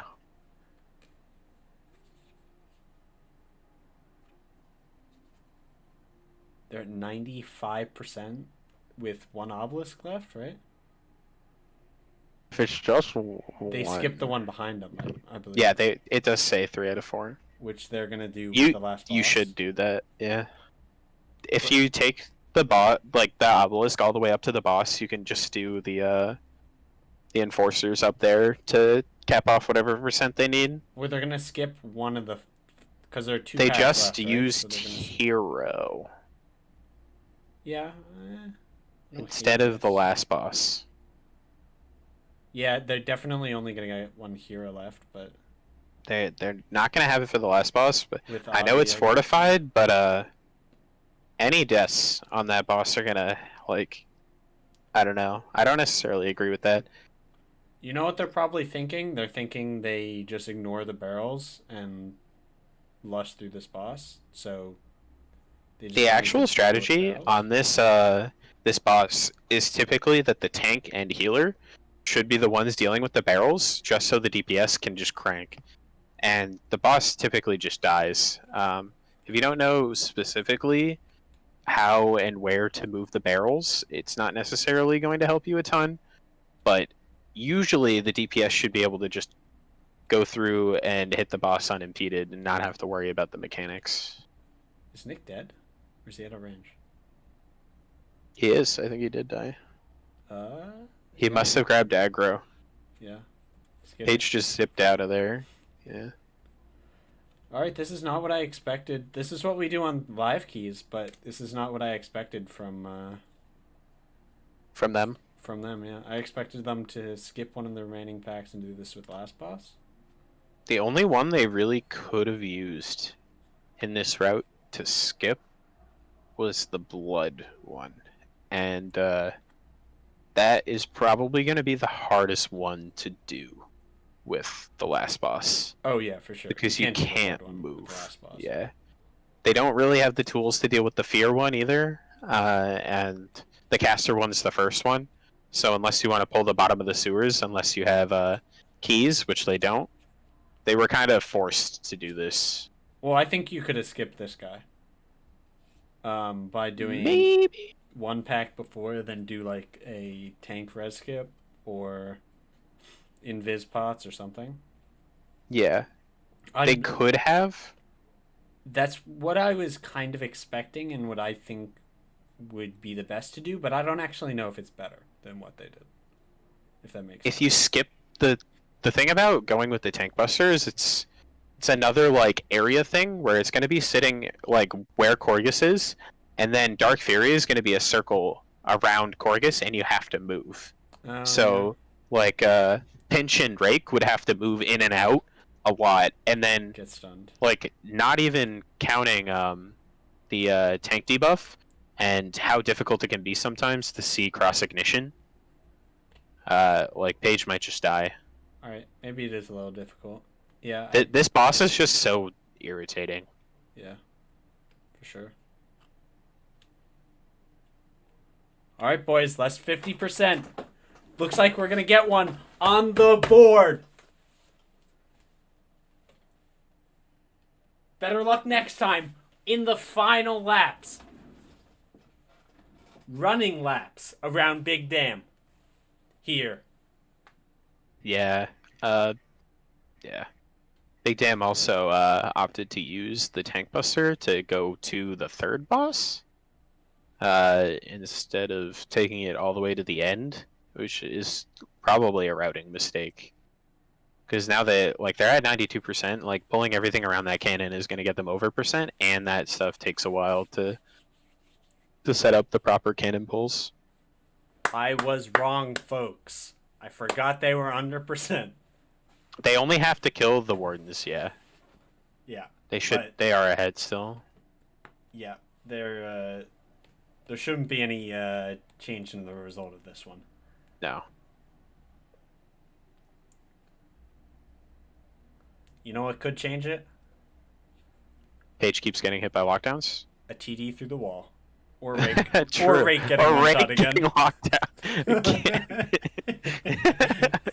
They had 11 deaths. I feel like I want to say like 7 of those were Rake. At least 7. Yeah, I think that's a conservative guess. All right, there you go, everyone. I do not have this correct. This UI. TD. Rake and Guild Chad. This is probably the wrong one. All right, Firmly Grasp It takes game number 2 here in the Guild MDI Challenge. We're going to bring Paige in for an interview. Oh, good. It's gonna... other Paige. Paige, other Paige, how are you doing? How are you feeling after that game? We cannot hear you. I repeat, we Can you hear cannot me? hear you. Yes, we can. Hey, I'm feeling okay. TD, as Rake so eloquently said, is garbage. But other than that, I think if you noticed, I had no idea what I was doing. So I don't know if you could tell. Oh, yeah. I noticed you were... Sorry, go ahead. I heavily elaborated I was going to say, because I've only your... done one 15 TD. Or no, I've done an 18, and that was the one I did for the season, and that's it. Oh, nice, nice. We heavily emphasized your attitude of go in having no clue what you're doing and just trying to big pull, just like that crab pull at the beginning. Yeah, we were really it almost went okay. The routing feel was like, good. yeah, I know the basics. I just don't know how to use the cannon to my full advantage. But I think if that first pull went a little bit better, it would have been even cleaner. But we had people who didn't know you can't get in melee with the squeeze and everything. So that was the only sad part, I think. Oh, Did Rake know he could shift forms to drop squeeze? I don't think he did. I don't think any of us knew what squeeze even did. So full transparency. It's just a root that does damage as long as you're rooted. It's a channel, but since he's a druid, he shift forms right out of that. He could do that. I think they were just so bolstered that a couple of times he just got one shot, but... Oh, yeah, he did. Still. Yeah, they were pretty bolstered. I still think that was a pretty good pull, though. Like, it obviously a few people die, which is sad, but in general, I do think that's a time save. Yeah, I think if you can bolster better. You guys did fine with it. Rake definitely had trouble. Besides that, though, it worked out. The other team, unfortunately, did not have one of their DPS players when they did it, so they had to pull the whole beach in two. Oh, okay. Other than that, the routing was... Oh, the one thing I was going to say is the one change I would make to your routing. The other group did this and struggled, but you pulled the Flamecasters before the Obelisk before the third boss. I think it was the Fear one this week. And you pulled them onto the Obelisk, like, before you went in and cleaved them down. You could have just pulled them to... or pulled the Flamecasters ahead to the cannon and used the cannon to kill them. Yeah, I was planning on doing that, but what had happened was TD is a thing and pulled the entire group through the wall. And that happened 3 times in the Dungeon House. There was one group on the stairs when we came out and we were trying to go in. I don't know if you saw us like repeatedly clicking on that one obelisk after the stair set and then getting in combat because TD kept pulling stuff. And then TD also pulled those dudes through the wall, so I just committed at that point. And I didn't want to drag them through the rest of those guys that do the big fire barrels and everything, so we just killed them. My plan was to pull all that, like, my plan was to do that obelisk, go all the way out to the bridge, pull that pack plus a couple of the other inside guys, and bring it all to the cannon and trank shot it and kill it. But TD pulled them ahead of time, which is sad. It's unlucky. Yeah, that's TD told the gore for you, though. It's... Every week I've ever done it, corruption pulls through the wall or the floor. I think there was one time I did it with, I think Jack was in that group where we were getting rocks thrown at us from like 3 floors below. We had no idea what was happening. Yeah, I've seen that before. So we during the cast we went through a list of everything that can go wrong. So, we're looking forward to the next key. And, yes, some of it did, but it was okay otherwise. Match. Whoa. All right, thank you, friends. Good job, Paige.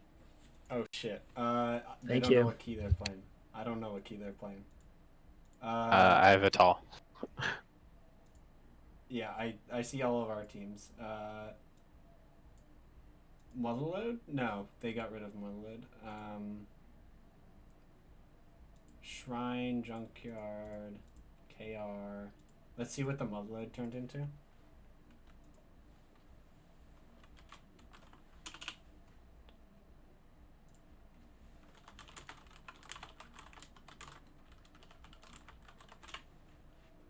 Alright, we're going to run a quick 3-minute break and then probably another quick 3-minute break. But right before we disappear, I want to say a thank you to our sponsor, G Fuel. G Fuel is hosting this event. I'm getting paid the big bucks, and just to say the word G Fuel. That was a joke legally. That was a joke legally. Okay, we'll be right back.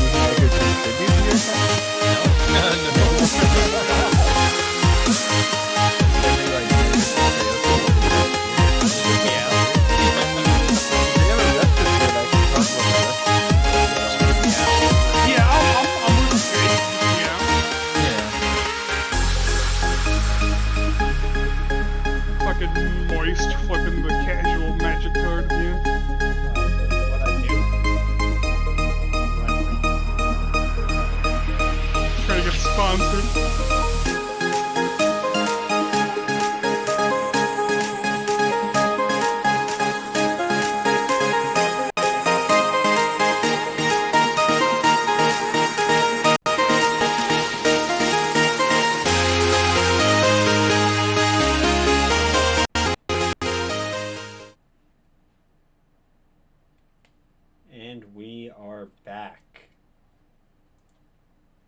This one's going to be a real exciting one. We got C Squad going up against Lucas Help.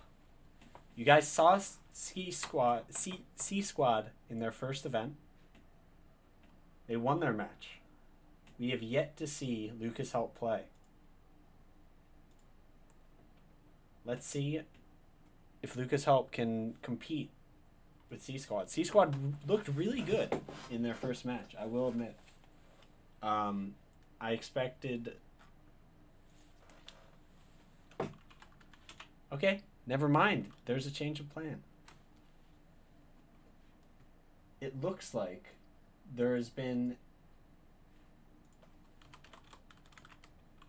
Sorry, I'm trying to organize this. Looks like there's been a third team formed under the Pugs with Benefit squad.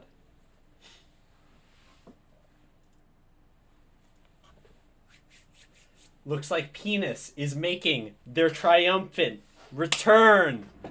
Paige, how do you feel about that? Really love to see when the Penis comes out to play. I mean, that's really do. You everybody really do. Everybody loves when they get a taste of the Penis. You know, it's hard sometimes to really get the Penis out there, but once it's out, it's ready to go. Penis really coming out of nowhere. I did not expect it to make a return. Is the Penis team the original team? Is that, or is it an amalgamation of other teams? I don't know, but when it comes to Penis, is it really a bad thing that you got to mix them together? No, I mean, mixing Penis is fine, but I just am curious to see what comp they bring, what kind of flavor they'll bring to the Penis, so to speak. Yeah, that's a great point. What dungeon are they doing in this next match? They are going to be competing in Shrine of the Storm. Oof, Shrine is... It's actually not that bad of a bolstering dungeon. There are certain pulls where you'll have some health discrepancies with like the Templars and a bunch of little mobs. You also have to be very careful before the second boss to not pull any of the groups with the little boys that are on the rocks there. Because if you do that, you could get super bolstered super quickly, and that's big sad. So we'll have to see how they handle that. Yes, we certainly will. So I know, a little bit about the Firmly Grasp It team here. This is, without Drax, who was a pillar of the team, but it's still going to be a really solid group of key doers. You have, Rarica on the Fire Mage, who is just absolutely blasts. You have Flooring, who is just a key destroyer. I believe Cad is in this group as well, which is, he is one of the big brain, as you guys saw in the cast, people from our guild. So we're going to have a lot of brain power in this key. We'll have to see how that translates to success. Dude, this is really a battle of the big brains. They're going to be hitting each other in the head. Yeah. Actually, hold the phone. Rarica is not here. Oh, wait. Yes, he is. Okay. All right. Good. He's tanking. Never mind. He's tanking. Right. We yes, he's tanking. We have the mage, Zathrand, coming in at the last minute. Oh, that's right. Yeah, so we don't have Rarica on the Fire Mage, but hopefully Zathrang is a Fire Mage, because if he is Frost, as we know in this guild, that is sad. Yeah, big sad on Frost Mages. Big poo-poo stinky, as they say. Yeah, yes, they do say that. So that's interesting. So we have a Fire Mage who's a friend of the guild. We have Flooring, of course, on the famed Demon Hunter. We have Rarica playing his Warrior, who I don't think anyone in guild, maybe outside of Cad, has really seen his performance on Warrior. So we'll have to see how he does there. And then we have Tony, Sarah Skippy on the Shaman Healer. And then, yeah, that's the group, right? Wait, who's their other DPS? I don't know. 3 DPS, Flooring, Cad, Zathrand. Oh, right, Cad, I forgot. Yeah, so an odd comp for sure. Enhancement Shaman, a Fire Mage, and a DH with a Shaman Healer, and, of course, the good old King of Mythic Plus Warrior tank. So it should be good. Really, we'll have to see what kind of damage. Really, only the 2 blue boys are out of place, but... Yeah, that's true. That's true. We'll have to see what kind of damage they can bring. I mean, it'll be interesting to see what Sarah can bring from the shaman healer damage point of view. They tend to have good damage, so we'll see. Yeah.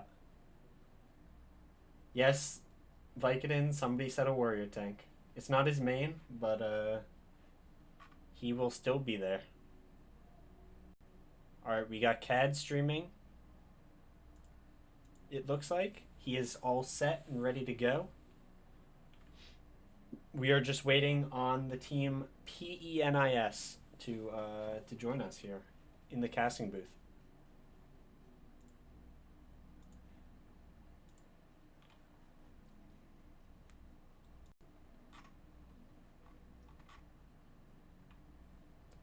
Let me go check in on PENIS and make sure they know how to stream. Let me check my real quick. You guys know how to stream? On Discord? So what? So you need one person to stream to the casting channel. I can drag you in. So the way you do it is you have one person open the Discord browser and then make a separate account and stream on that one, and I'll drag you in. Or you can stream on your main account and just use the browser account in this channel. I'll be honest, you're really quiet. I can barely hear. How everybody else can. Wonderful. I can hear you yet? You can? I can, yeah. Okay.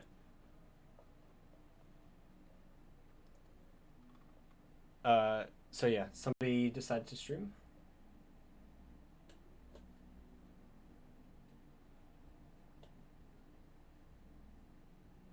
And then we'll go from there.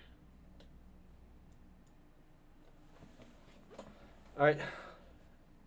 I have no clue if they had any idea what I just said. We'll have to see. We will have to see.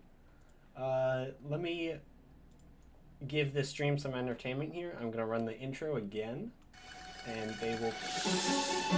Looks like they're solo pulling a junkyard dog. That's a big mistake. Christian dies. This is a big. Oh no! Okay, that demon goes They across. lost their bugs. Oh, that's gonna another wipe full again. team wipe. And the ad's blowing up. Let's see if they have a Westbrook. Link came early. 2, 1. Drax's team comes out with the win.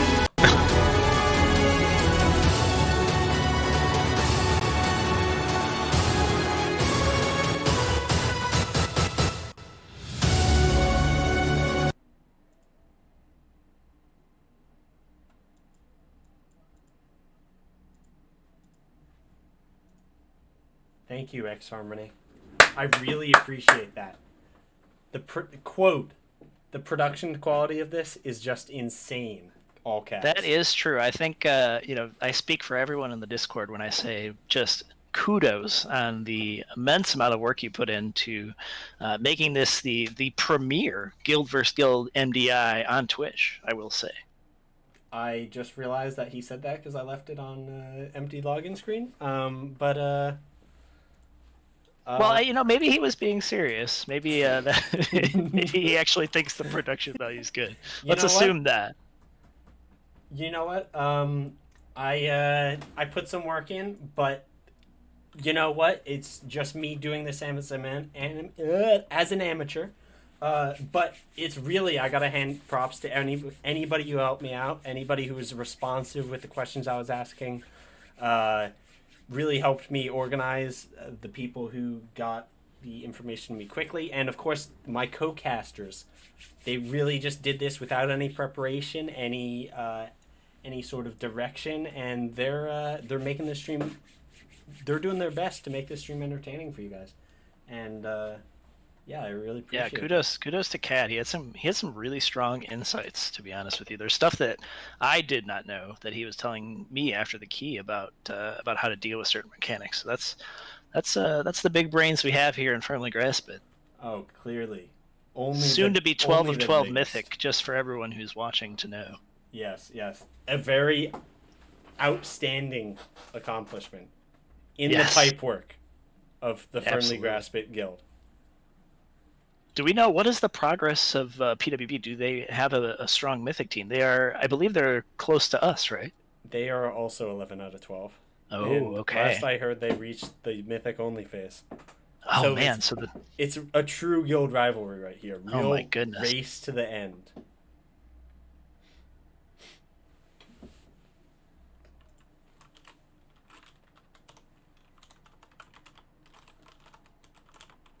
All right, let me see if where the stream is.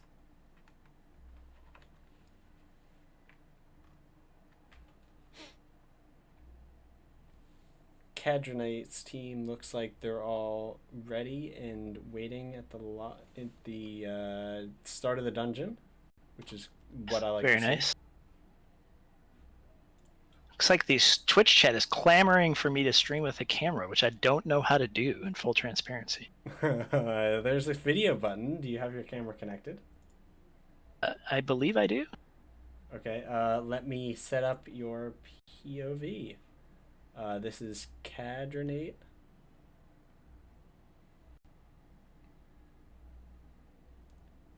So I need down there. Show face boomer. Alright, give me just a second here to fix the POV. There it is.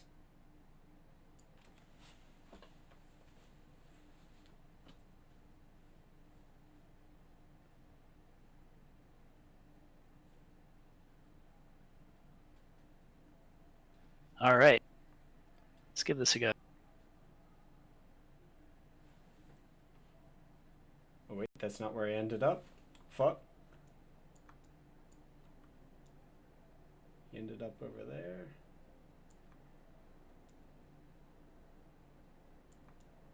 Trust me, Twitch chat, I got this.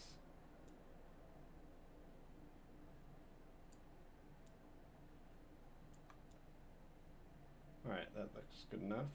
Oh, nope, he disappeared. Page has disappeared. You have Cadronates on there. No, I know, but yours isn't there. What about Okay, now? now it's coming. It's loading.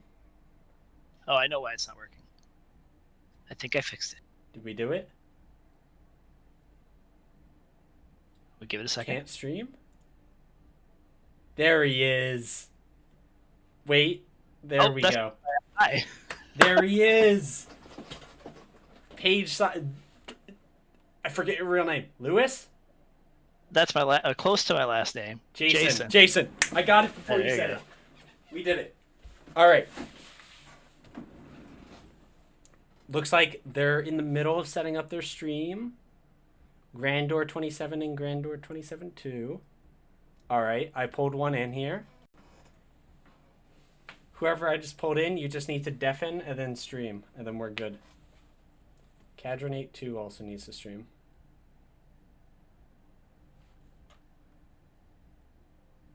Oh, there are 2 Cadronates in here. Oh, who is swapping? Cad. Where's Cadronate? Sorry for the wait. I'm gonna play a 2-second.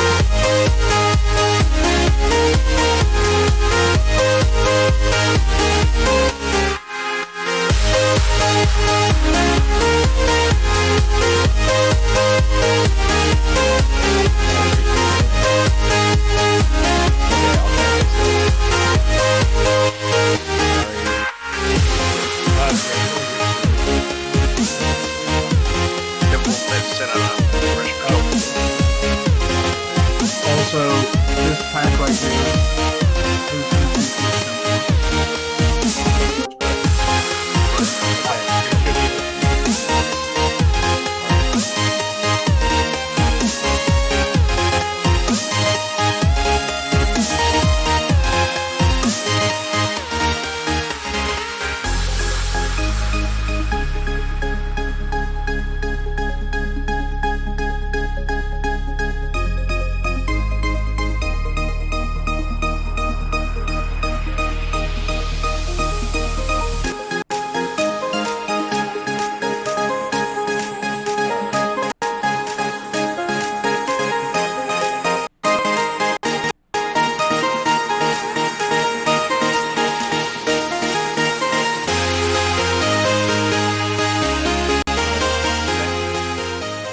See if teams are ready.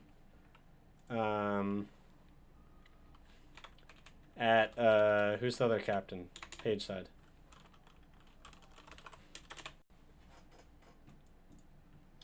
Wait, what? Huh? No, You I said my name. I said your name and I meant Florian. Oh.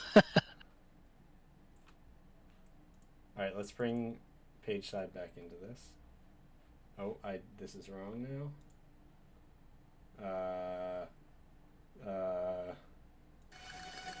Wrong one. Nope. Drag the wrong thing. Okay, here we go. I'm doing it. Oh, man. Alright, so you can use both of your accounts to look at the stream, or to look at the Discord streams instead of my stream if you want to get an updated version. Cool. Yeah. Yeah, I think this is going to be a good matchup. I mean, I don't know much about the penis, but I'm pretty sure the Firmly Grasp It team here is well prepared, so we'll have to see. Yeah, I know almost nothing about penis, so hopefully I'm gonna learn a lot here. Yeah, I'm really hoping to get a good hold on this penis and see what it feels like. Yeah, that's a great point. I mean, I don't think we'll really know until we see how they pop off, how much they can really explode all over the dungeon. Uh-huh. I mean, if they're able to get in there and just go fast and hard, I think it'll be good. They're really looking to burst onto the scene here. Yeah, I really think this is their coming out party for sure. All right. 30 seconds until we get this dungeon underway. And I'm going to lightly lead us in with a song here. 20 seconds. Uh-oh,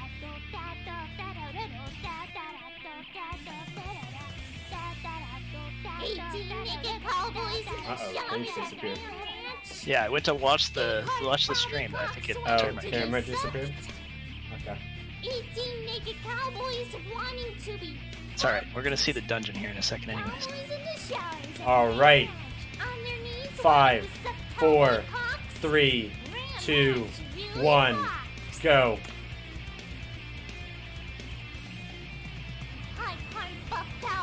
Uh-oh. One team didn't start their dungeon. That's alright. We'll have to see the end time here. I mean, it's gonna be a little disjointed, but hopefully they get us. Hopefully they figure out where the key. Maybe they don't know where the key goes in. That would be a big sad. While we wait for them, the Firmly Grasp It team here pulling pretty big, but they did CC the Templar. Although now they break the CC. It looks like by accident, and that could be bad. They're gonna bolster it. It's got 2 stacks. That's. It looks like it is gonna get at least 3. Oh no! And then the mob goes into the temple attendants, and that's gonna be a yikes. You really have to coordinate an AoE stun. I'm surprised Florian didn't save. Oh, and there goes Rarica. Rarica down right away here. Yeah, they might be better off just resetting. That Templar's pretty bolstered. They did get rid of the Initiate. The Templar's only at 3, so they could. The big thing is the Templar being out of pack here. Like, this is not going to be able to get cleaved. Yeah, they're going to have to really focus. That's 4 bolstering on it now. And that other attendant is dying pretty quickly. So it just looks like a mishap. If I had to say, it was probably because they broke the CC by accident. I don't think they planned on breaking in prison there that early. Yeah. Something to keep in mind throughout the entirety of this dungeon. The penis squad is about 30 seconds behind. 30 to 45 seconds? Let me look at the timer. Oh no, it's exactly a minute. So they're gonna get a minute grace timer.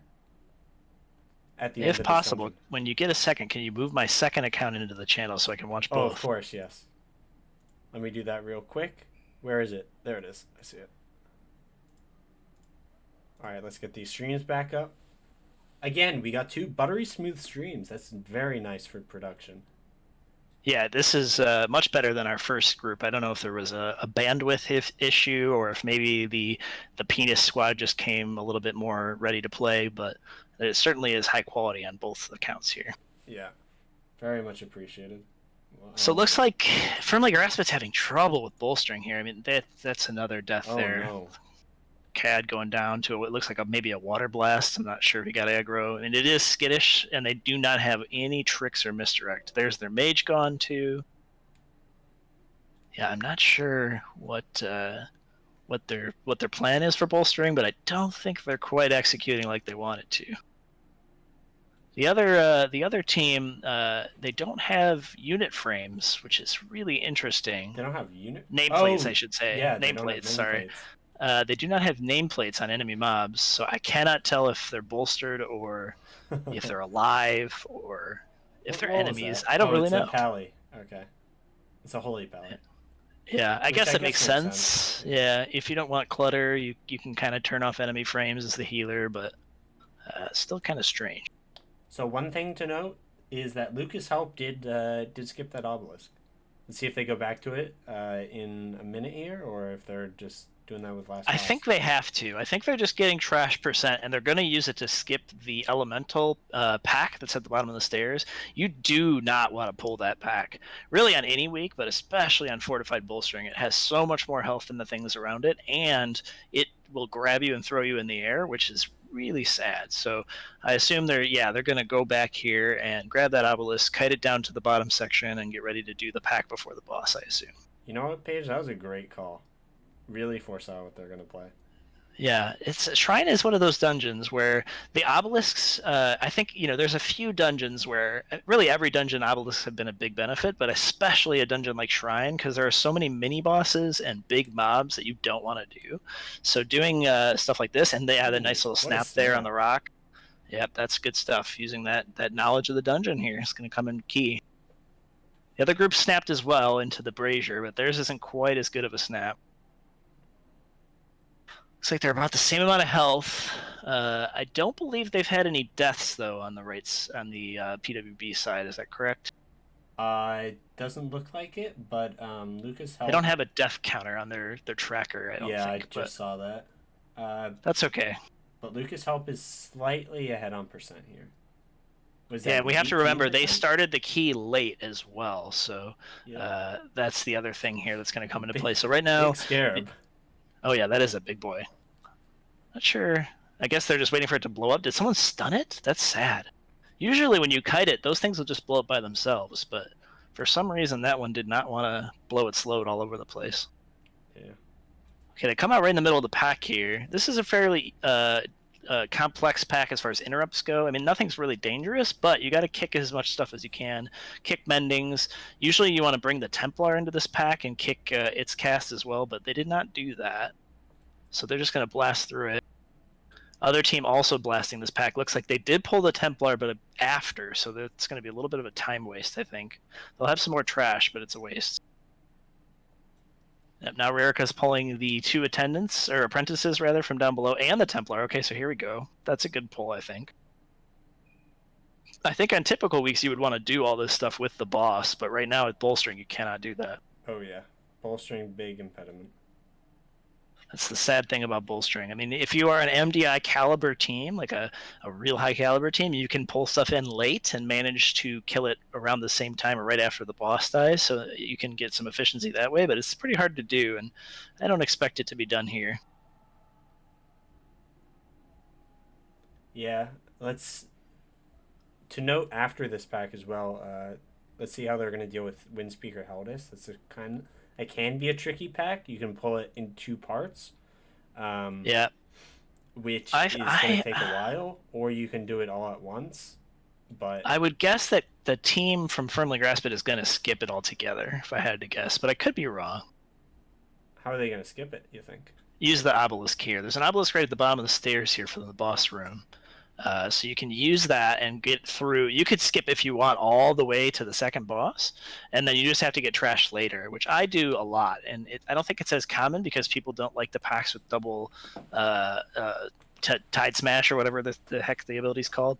But if you do it effectively, it's a good time save. Pianist actually pulling pretty far ahead on this boss. Well, I think they got an earlier split. Sometimes with the cast lineup of the Aquaseer boss, you can get a split right at 50. Other times you can get him down to about 40. Not sure what the percentage for... Actually, it does look like he's sub 40. I'm not sure. Yeah, he's dying pretty quick. Yeah, so yeah, they are significantly ahead on the boss here. But they are about 1 pack behind. Yeah, it looks like their damage is about the same, I would say. You got Cad doing 60, the Mage doing 68, and Flooring doing about 80k on the Demon Hunter and that boss, and it was about the same as the group on the other side, so... Not sure, I think it was maybe just how they pulled it and that they went a little slower. Okay, so as I expected... oh, nope, they might be snapping. Yep, they're snapping the Initiates now. You can just taunt the left one, and all the Initiates will snap to that Brazier, and then that way... Oh, there we go. And then, yep, you just taunt or throw the little glaive or axe or whatever the warrior has at it, and then you can pull him right to that brazier. There was a famous time when I tried to do that skip, and a certain hunter, not to be named, went ahead and just started blasting the whole pack and didn't know and pulled it, and it was sad. But in general, you can do it. Worldwide famous.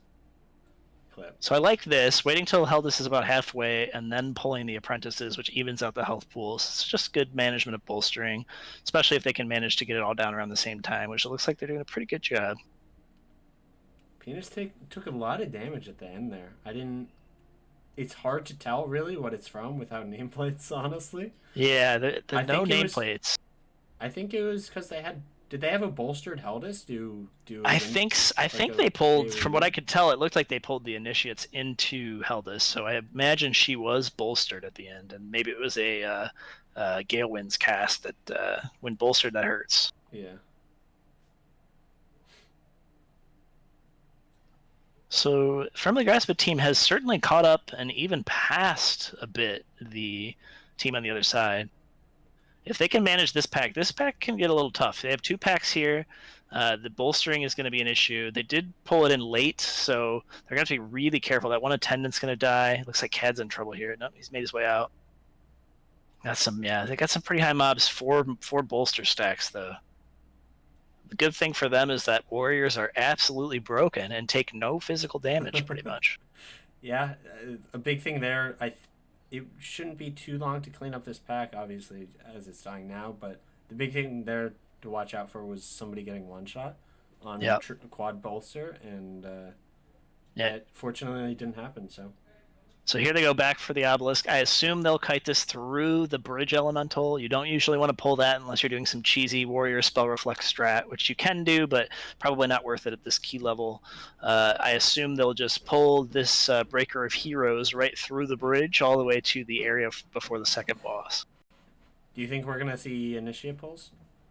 Yeah, I think you have to pull the initiates because you don't want to... Oh, you mean accidental pulls? Because if we see that, that's... I mean intentional. Yeah, they'll definitely pull them. So what they'll have to do here, the right strat to do is to grab 1 pack of initiates by itself, and then grab the pat with the left pack at least, and then you can combine the pat and the left pack, and then you can grab the rest of the initiates. And if you want to do the right pack, you can, but you certainly want to make sure you clear the first pack of initiates while the pat's in a good spot, because you cannot have those initiates bolstering stuff or you will get screwed.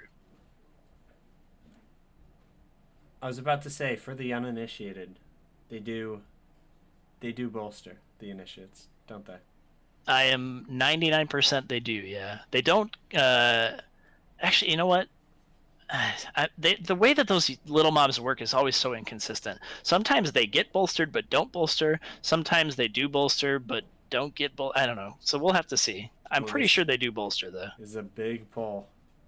Now this is a big pull. Let's see if they group. There are a few in the It's back hard. You here. have to kick the casters, otherwise they'll just keep water blasting. And one of the things that Warrior doesn't deal well with is a bunch of magic damage. So. Because of that, because those ads in the back were casting for a bit, there's going to be an offset in health here. Yeah, but that's okay. They only have 2 that are really high, and they're the lower health mobs anyways. The Apprentice and the Attendant have less health than the Rarica big just guys died. do. Flooring died as well. Yeah, that's true. This is Ellie, and Ellie's dead, so now everybody's going to die. They're going to have to let Cad use, or Tony use Reincarnate here, so they don't have to worry about the skip again. This is going to set them really far behind now. Hopefully, I think Cad can reincarnate from where he... No, he's going to pull if he does. See if Tony has it. Oh, they're having to release. That's sad. Shrine is one of the dungeons where until you kill the 3rd boss, you do not have a skip anywhere in the dungeon. So you have to go right back to the beginning. There's going to be a huge setback. Really the only thing that can... only way they can get back into this is if Penis wipes. Yeah, I mean, this is... I mean, Shrine's one of those dungeons where a lot can go wrong. I mean, you can really mess up on the last boss, especially if, let's say, a healer doesn't dispel and a kick goes off, or it doesn't get kicked, and then the healer dies from the suck-in. Or if you try to pull trash with the healer buff and the trash kills them, or eels. Like there's a lot of stuff that can go wrong. So I wouldn't say that it's over, but it's certainly a setback for the Firmly Grasp It squad. We'll have to see how they can recover. Also, the second boss, I mean, they're lucky that they do have 2 shamans, so kicks are not going to be a problem on the second boss, I don't think. Especially if they have someone calling out a good kick rotation. You have 2 melee kicks and 2 shamans with better than melee kicks, and the Fire Mage probably doesn't even have to kick ever, really. So they should be good there. The other squad, they do have melee kicks as well, so they should be okay. I believe that is it a boomkin on their squad? I can't really tell. Okay. I just had the same thought. Yeah, so I assume the boomkin. Well, I guess we'll see here if they bolster, because they're now Firmly Grasp It's pulling all the apprentices with the mobs. Maybe they don't. Oh no, they do. And there they go. And that's what I was talking about. See, that's the big sad thing. I was worried about that, and we've seen it here. You kill those guys so quickly, and they put their bolstering stacks out, and now you have a huge pack. Is this going to be another wipe, you think? Flooring's already dead. Yeah, I'm pretty sure this is another wipe. You'd be better off, honestly, wiping this. I gotta say, that apprentice with 5 stacks on it, it probably has 6-7 million health, so... let's see, he's targeting now 5. It's only 5. They could put okay. it through. Yeah, I guess they could chunk it. They need Okay, now it's at flooring 6. to... Yeah, there it goes. I mean, they're going to be fine. Losing out on flooring, though. Flooring is by far their highest damage, so that is not the person you want to die. I'm not sure if they just didn't know that bolstered. Like, I was pretty sure, but I wasn't 100%. Maybe that's what they were like, and they just figured, screw it, let's do it. But yeah, that's pretty sad. You're basically fighting an apprentice that turns out to have as much health as one of the 2 bosses coming up. 16 mil total. Obviously, they have to that's fight through all that, but they probably fought through 9 mil. At least. 10 mil. Looks like they're doing another big apprentice pull. Luckily for this pull, there isn't. He's gonna snap him in the water. Yep, Yeah, he water does. snap. Water snap's really good. Luckily for Keeps this them all pull, ripped up. everything's super healthy. Water snap makes it so that they're all grouped up perfectly, and this pull isn't going to be a problem. Nope, this is a pretty easy one. The other group opted to do the obelisk before the boss. That's interesting, because that means they're not going to be skipping any of the next packs. I tend to prefer skipping packs in the next section with the obelisk. If I'm doing the strat that they did, which is killing the whole room other than Rune Carver, I usually like to skip with the obelisk, but they didn't do that. We do actually have a death counter for the. Oh, I see it. Yeah, Pugs. 1. Yeah. Looks like 1. Pug squad. So it's 10 more deaths on the side of the firmly grasped squad, which 50 seconds that could come back. So at the end of the dungeon right now, where we're sitting, it's going to be 1 minute and 50 seconds. They need to beat the Pug Squad by. Right, because the other team started later. Yeah. But they made quick work of the boss here, and they're going to pull. It looks like one of the Templars probably into the last bit of Iron Hole. The Penis Squad looks like they're just finishing. What is that boss? I forget. Faye. Faye, Gaelkar Faye, yeah. Just finishing that boss off now, and the Rune Carver is sitting about 50%, whereas. So they got this Enforcer in a little late, so they didn't get to cleave it like they wanted to. So that's okay. I assume now they're going to go grab that obelisk. You really can't do the Fear Obelisk with the last boss of this dungeon, because you are in different phases than your healer, and it gets weird. What obelisk do you want to fight with the last boss? You can fight Blob pretty comfortably, because the tank just kites around Blob, and the healer just DPSs it while they're in their little damage phase with the buff, and it's pretty easy to deal with. But the others, the tank one's also okay. I would not recommend the Spider or the Fear guy, because those will be a little hard to deal with. What's Cad doing here? He's just trying to get out of melee, I guess? It looks like he is... Is he Ellie tanking these? And everyone else is in the obelisk. I don't know what he was doing. Looks like... Now, the people in the obelisk are dying. I don't think they have a healer. Yeah, some kind of miscommunication there, I think. It's like, the 3 DPS, or excuse me, the tank and Flooring and the Fire Mage went into the obelisk. Not sure where Tony was, and Cad went and pulled the pack by himself. I don't know quite what happened there. Huh. And now they're just kind of standing around, and this is starting to look a little dire for them. Where's Penis? They're having a pretty clean run. Only one Penis death on is the board. Penis is doing kind of a standard, like, this is your average pug shrine key. Like, they haven't done anything crazy, but it's worked out. They haven't had too many issues. They've pulled pretty conservatively, and that's worked out for them. I think maybe the Firmly Grasped squad's trying to go a little too ham and not quite familiar with some of the mechanics or needs of each of these packs. Like the bolstering with the initiates there, that's something that you just can't recover from that, really. It's a big... They probably lost 2 minutes there, and then they obviously had a wipe right before that. So yeah, it just looks like conservative is the way to go for the Penis squad here. Yeah. They're not showers, but they're definitely just average and rocking the average size. They're not showing, but they're out here growing. Like, Yeah. they're... As this dungeon continues, they're getting more and more firm. Like, they're solidifying their approach. So CAD's screen looks like they're losing pixels as well as their minds, because certainly not going too well for them, I think. Let's see if we can't reload to fix that one. Nope. Looks like they're still losing their minds.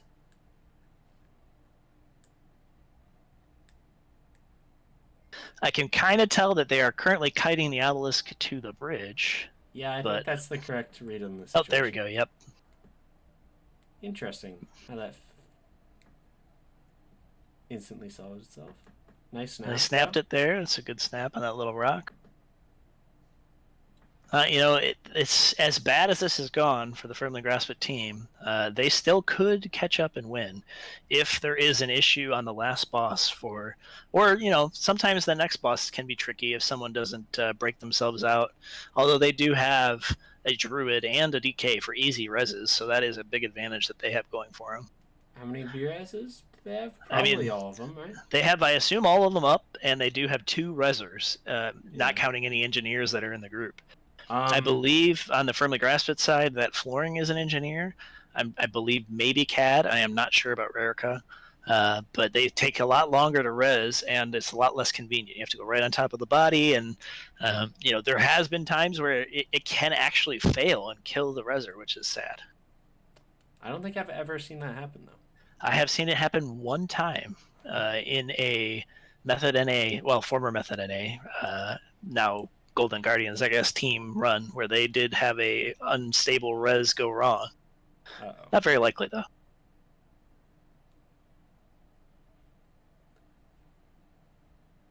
Some interesting strat here. They're pulling the stuff back, I assume because they don't... Oh, their tank died, that's why. Okay. This is it's mishap after mishap. I watched this team's practice. They didn't do Shrine, but they were pumping some keys, and this dungeon seems like it's I would say it's an anomaly, but yeah, it could be just that they maybe weren't as ready for Shrine, and maybe it's a bit of nerves. Maybe they're just intimidated by the rigidity and girth of the Penis Squad. But either way, it's not going great for them. Could be the production value that's intimidating them. It could be. Yeah, they're just scared by the quality, and I believe we have 30-something viewers right now. It could be just 40, the pressure of it all. 41. 41. Look at that. Yeah, I will say, this is a very solid team. So this is a out-of-character dungeon for them because you have some really good players here. I don't think that this is their norm. So I know they're probably kicking themselves and hoping that they'll get some sort of redemption in a future MDI. Maybe meanwhile, with their leader, Drax, coming in. Yeah, that's true. That's true. Once they have Drax back. Squad. The spiritual sort of advisor for this team. It's really, they're missing him, I think. Yeah. Looks like the other team from PWB, the Penis Squad, is just about to finish Storm Song. They've done really well on this boss. And yeah, I think the name of the game for them is just really squeaky clean play. Yeah, for sure. Looks like they are going into... They have a thing from beyond swimming behind them. That was interesting. But they are going into the water here, going towards the last boss room. They do have 86% trash, which means they will have to pull the pack in front of the boss, and I think 3 eel packs will get it done for them. 3 eel packs.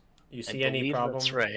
If they're doing the pack in front of the boss, that could be awkward as bolstering. I can see that, but it's not so bad. They do have similar health pools. The thing to watch out for is you do not want to bolster that denizen. Your tank has to kind of kite it anyways because it does a lot of damage. I mean, warriors don't have to worry so much about it because they'll block a lot of its attacks, but the damage ramps up for that boy, and if you bolster it, it's going to be pretty strong. So they'll probably want to try and keep it relatively even while maintaining kicks. Again, they have 3 melee kicks, so they should be okay. They do have that one really long kick on the boomkin, a minute cooldown, I believe, but other than that, they should be okay. The more interesting thing for me is going to be to see how they do in this next boss, because if you don't have your DPS kick rotation down pretty well, you can mess up and your healer can get one shot and they'll lose the buff, and I don't think it'll wipe them, but it'll certainly take some time. That's if they know that they're however, if they know that they're this far ahead, they're definitely not going to take the debuff. Like, it's just so much safer not to, and they don't need the DPS at all. And it is a 15 non-tyrannical, so I think they could probably one-phase it without even worrying about the healer debuff, to be honest. Do they have lust up? I see a debuff they, on them. They have a stated debuff. No idea at the time, yeah. I would guess it'll come up at some point soon. I don't remember them lusting. Unless they lusted on the second boss, I guess they could have done that.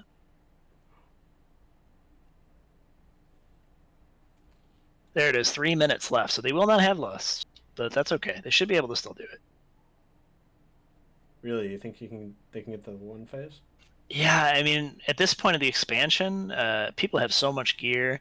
I would expect that they should be able to hold cooldowns and really just blast in that phase, and they should be able to one phase it.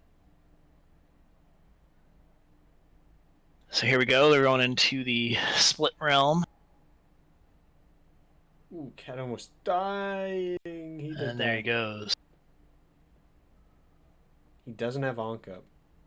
Yep, they're going to have to do this without him unless someone wants to NG res. I don't see a res counter on his screen, so I don't know if they... I assume they have a res. They haven't really res before. They've kind of just been full wiping. Yeah, but they are almost finished with this boss, so once the boss Yeah, does go that's down, true. you can just release and be right there. No troubles for the other squad. Let's see if they can one-phase it here. Oh, yeah. Here we go, Pugs with benefits, going into the last boss kill. Yeah. No question. This thing's dead. It's only at 10-15% energy and it's less than half health. Oh, yeah. Yeah, this thing's plenty dead. So then they'll just have to pull those 3 or maybe 4 eel packs. They're at kind of at a 0.5% where I think 3 gets it done, but maybe 4.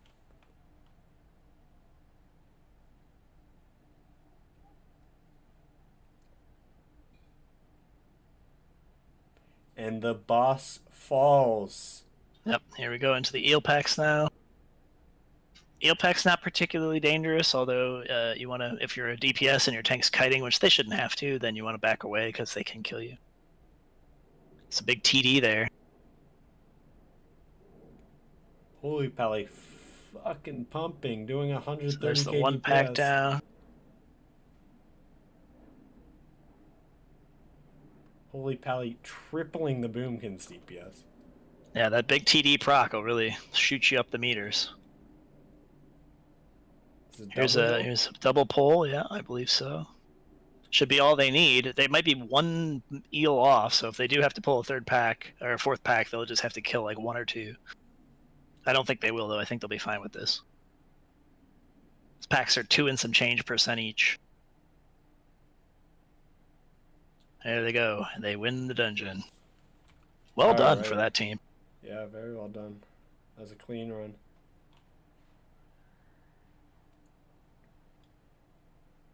Is that going to be it?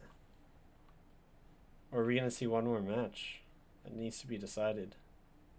I don't know. We had some 3 good matches so far. I think pretty competitive in some sense. I mean, there were some mistakes that certainly cost the teams that ended up losing, but I think if things had gone a little cleaner for either team in the 2nd and 3rd match, it could have been really close. Yeah. All right. I think we need to decide in production what we're going to do. Yeah. But PWB definitely with... I'm seeing some screenshots in main chat. PWB... They got the one where it's just my eye. I like that. Yeah, I like that screenshot a lot. Definitely with the big advantage going into this last match. Yeah, it is. It was 2-1 in favor of PWB, so they are certainly the winners of at least the first round of matches. I don't know if we're going to do some kind of decider or winners match, but they certainly represented their guild well, and congrats to them. Yeah. All right, when we return. I don't know what we're doing when we return. All right.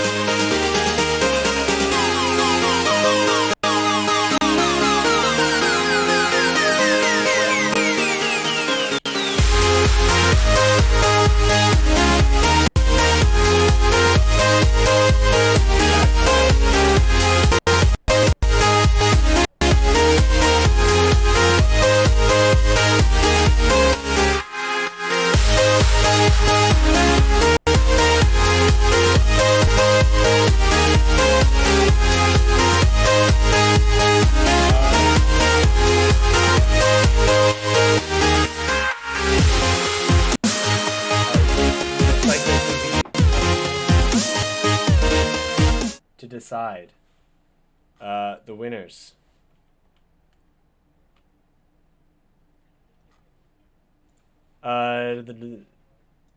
What keys do we have?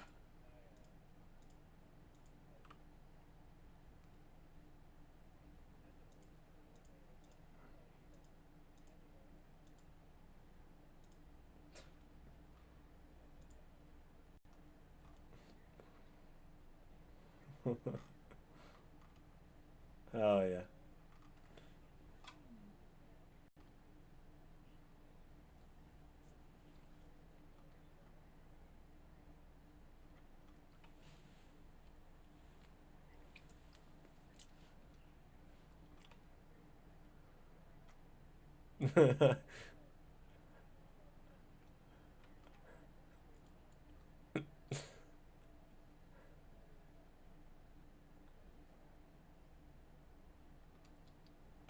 Yeah, I think we're just gonna send up Page team, and I guess you guys can send up a team. Yeah, I'm looking at that now. What did Ray get?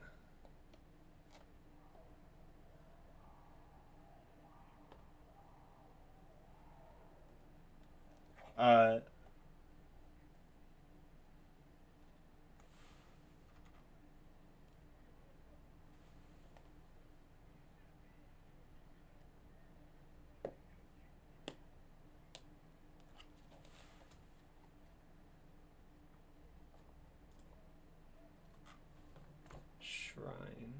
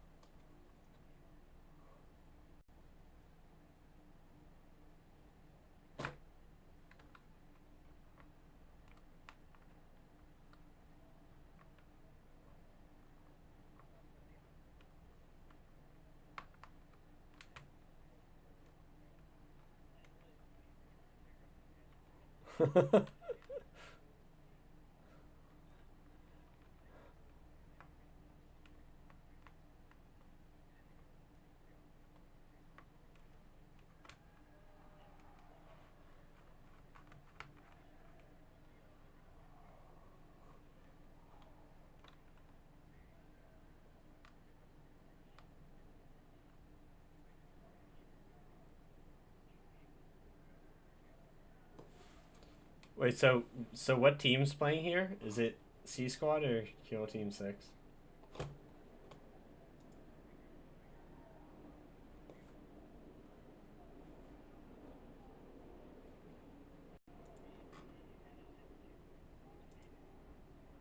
I would.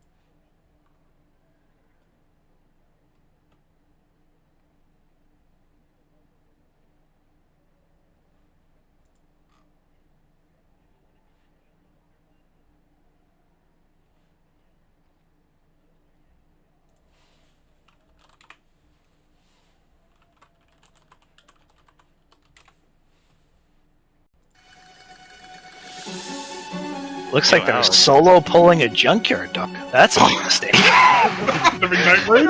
Christian dies! This is a big lead. Oh no! Okay, the demon goes across. Oh, that's gonna another wipe full again. team wipe. And the ad's blowing up? Let's see if they have a Westbrook. Link came early. 2, 1. Rax's team comes out with the win.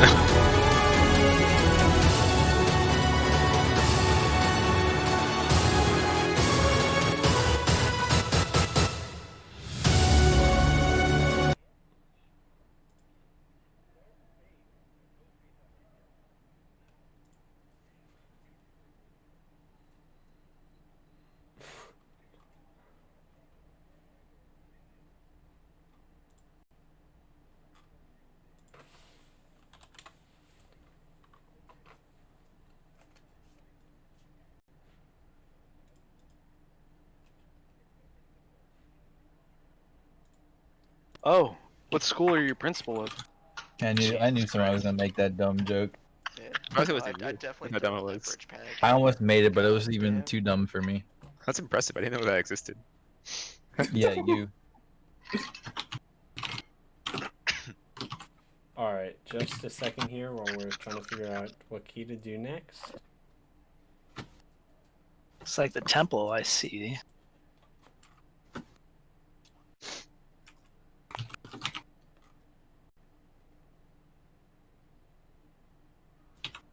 Good God.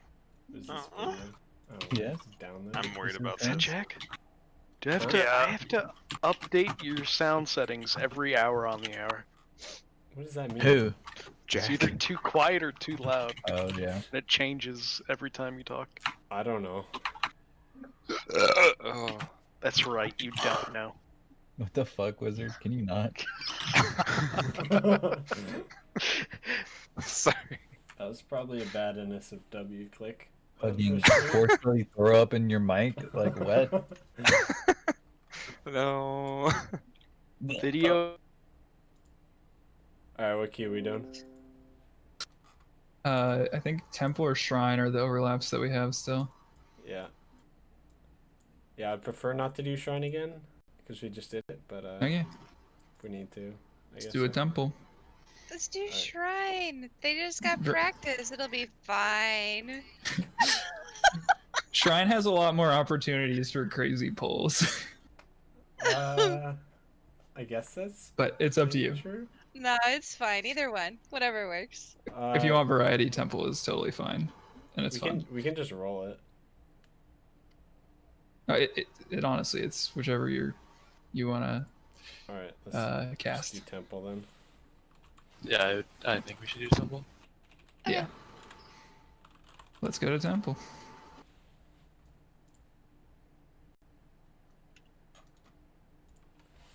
Alright, Paige, gather your squad. We're going to temple. Fuck. Do you have VLC media player? Huh? No. What's happening? You're going to temple. We're going to temple. So we have two temples? For the last I would match, guess so. Yeah, we do. Press Alt plus R.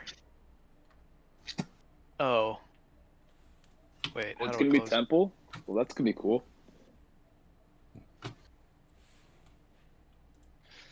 Is it? Yeah, it is. Yeah, it could be big stinky.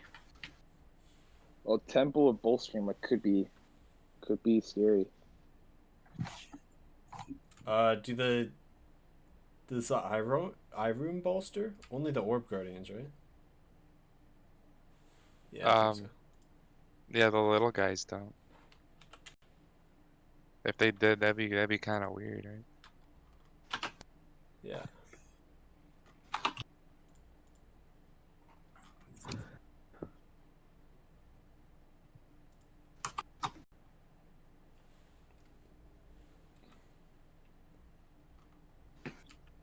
Alright. Who wants to cast with me? Wizzy? I can, but I don't know what I'm talking about.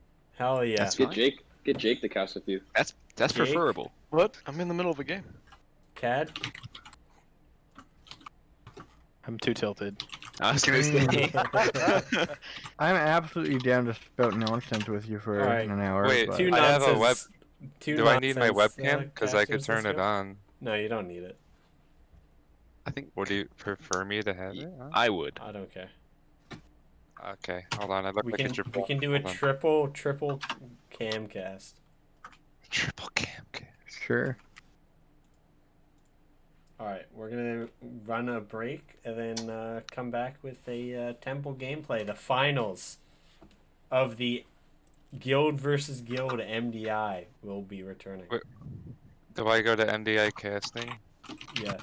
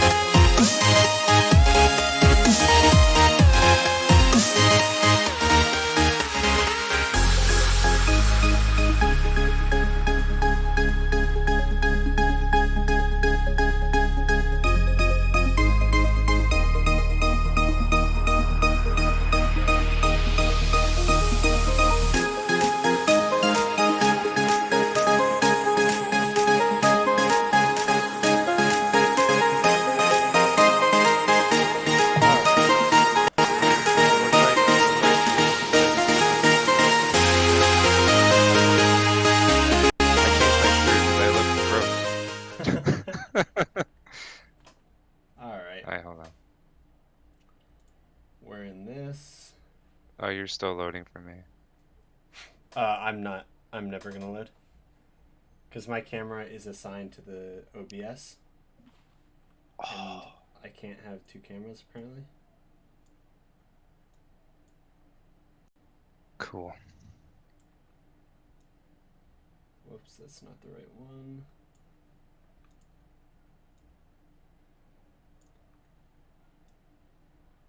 Alright.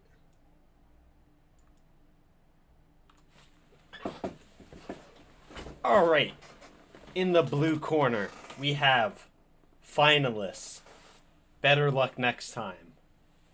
And in the red corner, we have finalists. I forget their name. Let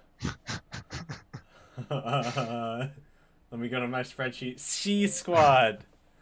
I said it like twice in the in the cast, and I struggled to say it every single time I said it. Let's get this match underway. Wizard, what do you expect out of these two teams? You saw them play once, except you didn't because you were not home. What do you expect to see out of these teams?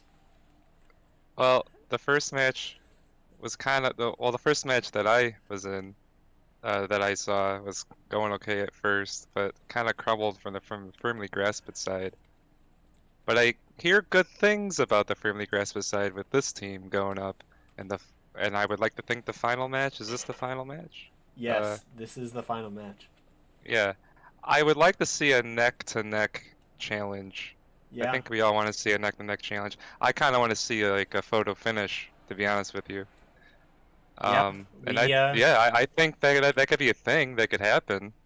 Yeah, we haven't had any super close battles yet so far. All right, looks like MDI. Looks like Pugs with Benefits are ready. Let me check in on Paige's team. This fucking shit, dude. Hey, my chat is great. Let's go. Well, some. All right, Paige squad, are you guys ready? Yep. Please be it. Oh, it's Rakes. That's right. Oh wait, give me 1 second. Okay. We need a. All right, I have returned, and Paige is on my screen. Get me out of here. Get me Wizard. Thank you. There is Wizard. All right, we can see now. All right. So, the key to this strategy, we're in Temple. The key to this strategy is, I think, not a lot of big pulls. I think we're going to see a lot of small pulls coming out of these teams. Paige's team isn't very cooldown reliant. They are able to pull a lot of small pulls. The only big pull room I think we're going to see is the second boss room. I forget the name. Skitherix, maybe? I don't know. I think we could see that room double pulled pretty easily. But remember, Wizard, we do have bolstering, so that has been a real thorn in people's sides for this entire event so far. What are your thoughts on bolstering? My thoughts on bolstering, personal level, hate it.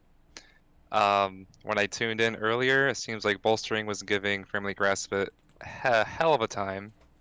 One wrong pull, it could just, you already know, you can already foretell the future that pull is scuffed. You just gotta try it again, and that's what it can do. Yeah. Before, Paige's team dealt with bolstering pretty well. Let's see if they can do it again on Temple. As well as C Squad, they also dealt with bolstering very well. They didn't have a lot of time hung up on the last bits of packs. Somebody's saying that your face is very kissable in chat. Yep. I definitely agree. And all right, let's. I know Ravi's team is ready. Paige, are you ready?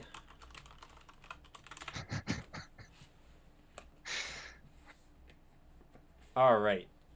Both these teams look good to go. Let me, I need a Ravi stream. Oh, I need to pull Ursa in, don't I?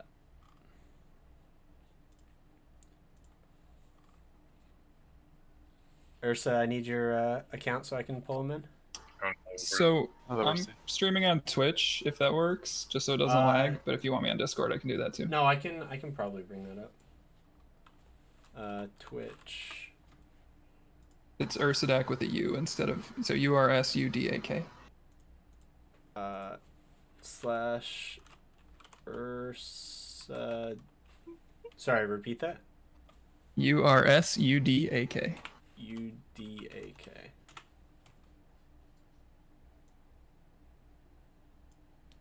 Alright, got it.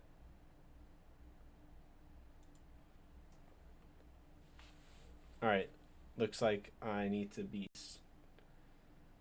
get this cast up on this screen.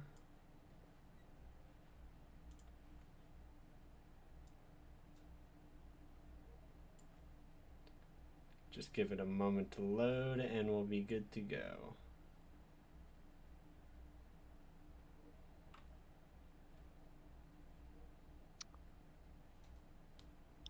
Alright, am I clicking Paige's thing, or am I just looking off of Twitch?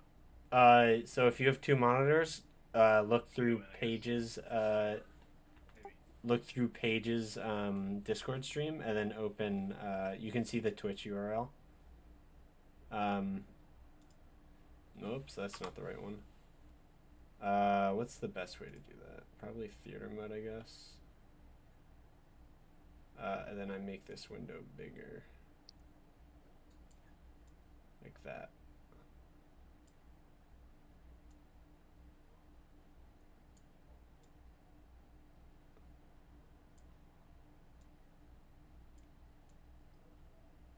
Alright, that looks good. Alright, let me get these teams all figured out, and we'll be good to go. At everyone at page side at Rav. Oh, I gotta get the other the Twitch link or Here, Ursudak, I'll right? DM I'll DM Is it to you. Ursudak? Yeah. Here you go. I DM'd it to you. Yeah. Okay. All right. We got 20 seconds to start.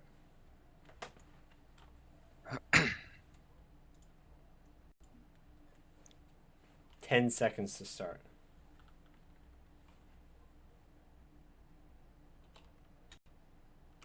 4, 3, 2, 1, and we're off. Here we go. Uh-oh, Ravi's team a little late to start the key. Uh-oh, that's fine. We saw this in the last one. Go. Gotta turn this down a little bit. Ah, shit. They're not ready. Ah, shit.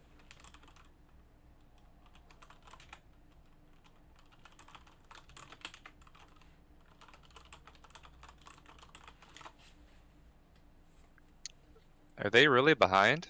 No, they haven't started their key yet.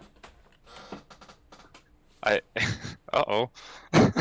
Yeah, it's fine. We're going on the final timer. So Gotcha, yeah. So I just told them to start it when they're ready. Okay, they just started. So what's the timer here?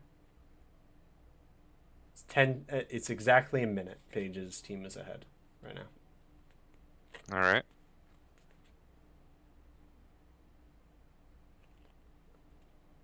Looks like Paige's team is using this blob to skip most of the trash in the first section. I'm assuming that they're going to kill the pack on the stairs that they're right next to at the moment. And looks like I do need to change these team names. This is not Lucas Help. This is Better Luck Next Time versus this is not Penis. This is C-section. I mean C Squad. I made the same joke in the captain's chat, so some people will be familiar with that joke, but oh well.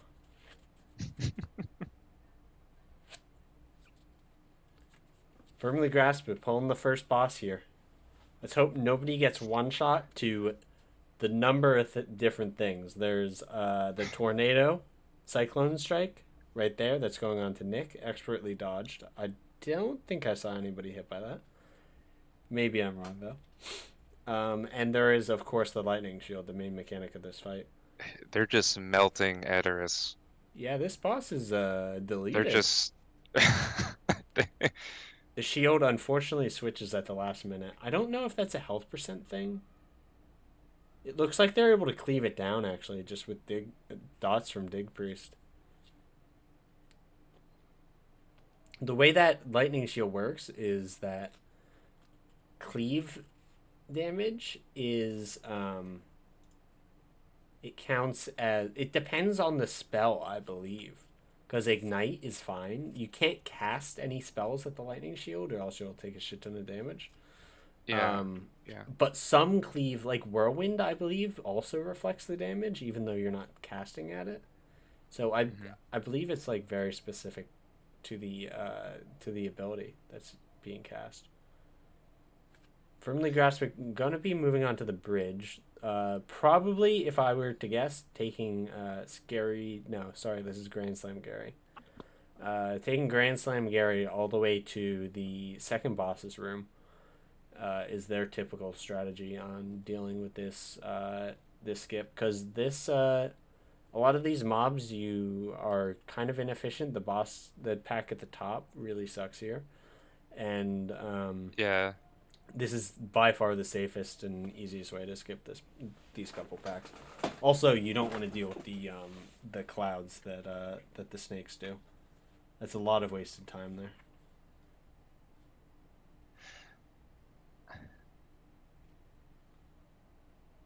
Okay. Looks like they're gonna be I mean, killing. it's Yeah, go ahead. seamless. It's just seamless so far. I'm not seeing any hiccups yet. Yeah. Not that I'm expecting it. I'm sure there'll be a couple hiccups here and there. Both teams included. Depends on the severity of those hiccups, though. Both teams, it does look like C Squad is slightly ahead here, given the 1 minute difference that they have. I think they're probably about 30 seconds ahead, if I were to guess. I don't remember when. I don't remember when Better Luck Next Time was able to kill the tank buster I had. I think the big indicator will probably be when both team pull the second boss coming up here, as I believe both teams have pulled the same packs throughout this dungeon. It seems like they're on my end. It seems like they're pretty much same spot, neck and neck. Actually, Better Luck Next Time is already pulling the middle packs. Yeah, they left. Like they're only slightly ahead. They left up 3 mobs, and that's why I'm slightly worried for them, because they do have the minute disadvantage.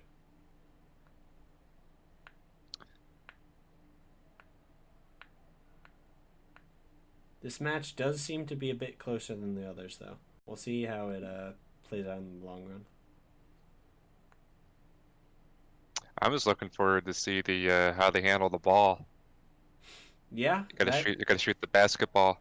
Honestly, that could be a big time save if one group does that a lot faster than the other.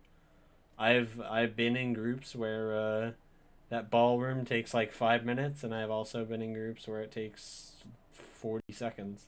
Yep, it's either just bing bang boom or someone just fucks up somewhere. Yeah, and an it's a orc whole guardian roundabout. gets a hand of them, or it just takes a while to clean everything up. We'll see what it looks like here. What's that thing supposed to be in the bottom left of C Squad's camera? It's just a chat cover, I believe. Oh yeah, what is that? Like a? Oh, you mean what is the? Like, is it like a animal? monster? I don't know what it is. Yeah, probably. I don't know. Never seen that before. Alright, well here we are in the boss. That looks like a 10-second differential, 20%, 10-second. Give or take, it's in 10 that or ballpark. 20-second differential here. And again, the boss is just, well, he goes in the ground, but he was just seeming down health, just simmering down. Simmering down. Alright, so that was about a 30-second difference, if I believe. They are pulling the Nimbus with this boss trash smartly while the boss is in its down phase. So this ad, if they are able to kill it fast enough, isn't going to bolster the boss. But it looks like they're not going to be able to kill it fast enough. Hope not. They're either going to have to leave that ad up.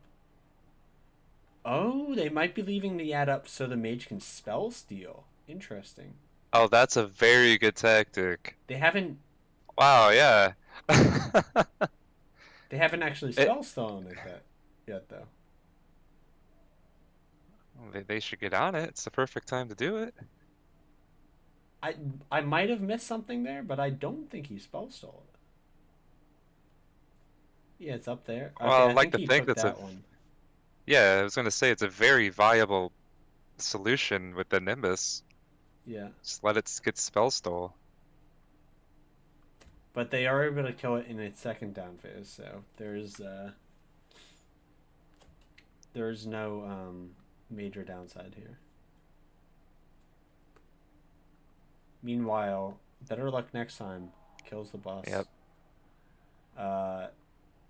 They're still only like 20 seconds ahead here, which is bad news for them considering the 1 minute disadvantage they are at currently. Yeah. No deaths on either side. Both teams having very clean runs here. See, what did I tell you? They're gonna be neck and neck for a while. Again, probably up until the basketball room. That's probably gonna be the deciding factor.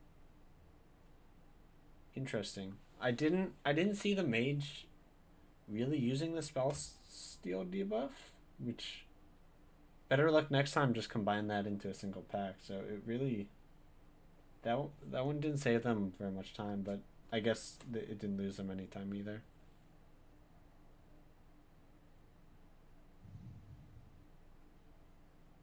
Both teams just doing mirrored pulls here.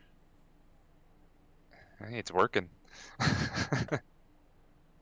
Yeah, double pull here. Not super dangerous, it looks like, as long as everything dies together. Better luck next time. Doing it pretty much perfectly.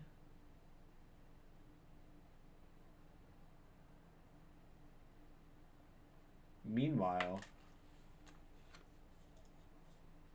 what is this team's C squad having a little bit rougher of a time there? It took a lot of damage from that explosion. Did they pull all of them? I think they did. Did they leave that one to the right side? You talk about C squad? Yeah. I think so. Yeah, I mean they must have pulled all of them, right? They couldn't have left the one on the right side. They're gonna get some bolstered nimbuses or dervishes here. This one dervish that's left alive, that could that had potential one shot like a few people there, but they killed it quickly enough, and they're gonna hit the boss before better luck next time. They're starting to fall out behind here. They're at least a minute behind here. Oh, how the tables have turned. Yeah, this is going south. How the turns have tabled. Well, here we go. C squad already chunking away. Wow, yeah. They're quickly approaching the 50% health marker. Of course, they're just doing the star strategy on this boss. Not letting any lightning hit the boss here. Don't want him to get his big AoE off. And they can probably just skip the entire AoE phase of this non-tyrannical fight. Consider this boss just an easy clap. It's just an easy clap at the basketball court. Yeah, they really clapped his cheeks there. And they're running back to the obelisk. Big, cloudy, dusty cheeks.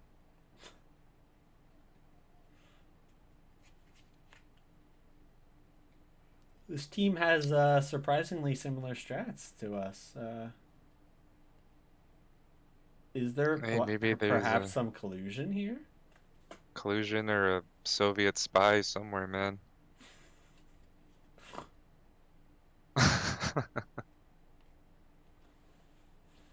Alright, firmly grasp it. Better luck next time is not going to the obelisk. Wizard, do you think they're gonna run into any lightning here? Oh no. No. I don't think so. Fun fact, you can't run into lightning in the scary phase. In the scary See, round. I got you. See. Yeah, you got me. I knew that. I knew that. It looks like you can. The first couple of times I did it, it was very surprising. Like, oh wait, I'm immune. Yeah. Alright, C squad down the spooky, scary void monster. And about to play some b-ball.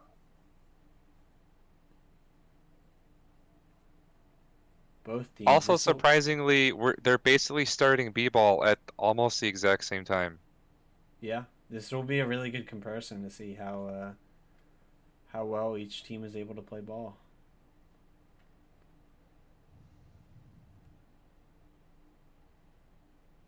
All right.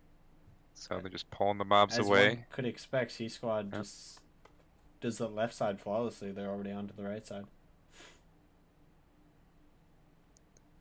Don't even know where the ball is on Better Luck's side. Took them 2 members to complete the left side, while the other 3 dealt with all the ads in the area. Meanwhile, Better Luck Next Time took all 5 members to clear a wave of ads before they did their first orb, which is it's reliable, but it's a bit slower than what It is a bit slower, and it's showing. Yeah, it's showing hard right now. Oh boy. Yeah, just like Venus.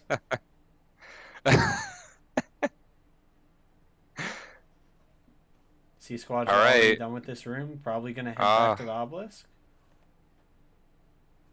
Alright, let's see. I think the only reason why you do this obelisk here is just skip the ads, because this obelisk should be like pretty free with the last boss, but.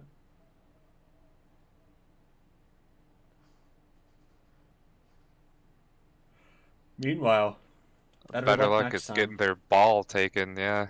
Yeah, they had their ball snatched from under their grasp, and couple times so far, a few times. Really? Oh no, they're really struggling here. Yeah, it's just getting brought back and back, and alright, looks like they're finally able to complete it there. Starting to clear the area around the obelisk. And honestly, I don't see very many points of failure here for C Squad. I think they're just going to be able to have a clean run to the end. Their last percent that they get, 81%?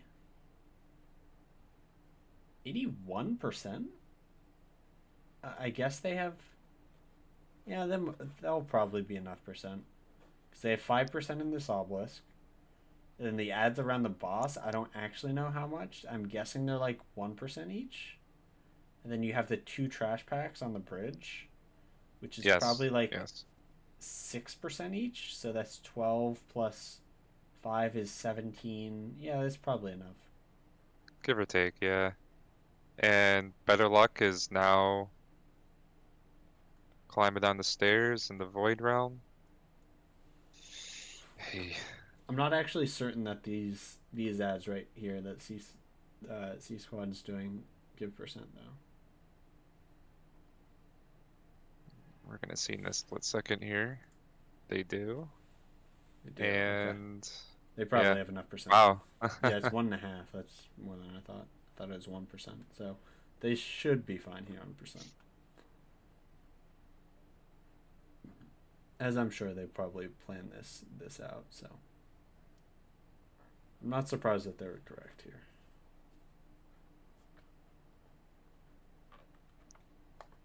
Okay, Better Luck killed the Void Boss. It's only slightly behind. But here we go, C Squad about to start. They've started.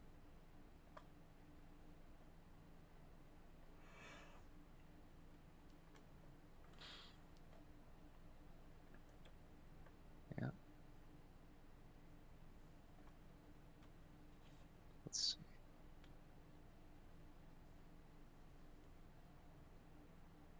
C Squad was able to do the pack that Better Luck Next Time is on pretty quickly. I missed what they did. I think they grabbed 3 and then grabbed the 4th one at the same time. What percent is firmly at? Is that a 98 or a 90? That's they're enemies. It's a 98. Okay. Yeah, they can just grab their last percent. That might with the boss though. That might help them. Like. So the typical strategy is during the last phase when you get the buff, you pull the packs on the bridge into the boss room. So you have a buff while you're killing them. You're not taking any damage, and you're doing way more damage. And that helps. That just makes the pack non-factors, so it's just free percent. It's just a matter of if there's enough percent on that bridge for them to be able to kill. Which there might be 10%. Maybe. Or maybe not. I'm not entirely sure off the top there of my head. probably is. I think there probably is enough, like I said earlier. But there is a possibility that there's not, and that would be the one way for better luck next time to pull back into this game.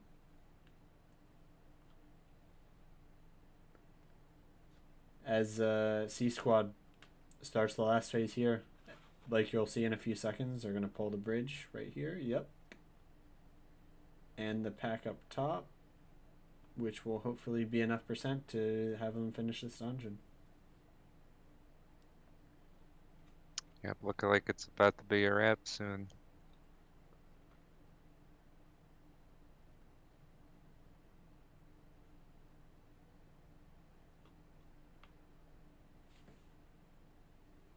Meanwhile, Firmly Grasped just entered their buff phase. They have already pulled the pack on the bridge. And they are for sure going to get their last percent out of this pack. Are we killing this pack? No doubt about it. 96, 90... Oh, they just have enough? Yep, they just hit 100%. So they're going to be finishing these two boys. And that's going to be all she wrote. Pugs with benefits coming out with the win. Post that warrior. All right, I'll start messaging him. Let's I'll get on it. Thank you for the advice. What's your name? That was close. Let you in for an in. Pugs with benefits coming out with the win in the first Guild versus Guild Invitational here on Twitch. Where is my Discord thing? Where is it? Why can I not see Wizzy? Where is he? Where is he? I'm hiding, man. I'm there somewhere. Oh, I see. There, maybe? I don't know. I just disappeared. All right. I'm here. Congratulations to Pugs with Benefits. Anything? I'm gonna bring somebody in for an interview. Ravi, welcome to the casting room. Congratulations on your victory. What would you like to say? That was fun. Great job, everyone. Great work, everyone, indeed. I don't have much in the way for closing ceremonies, but you guys played well. Good work.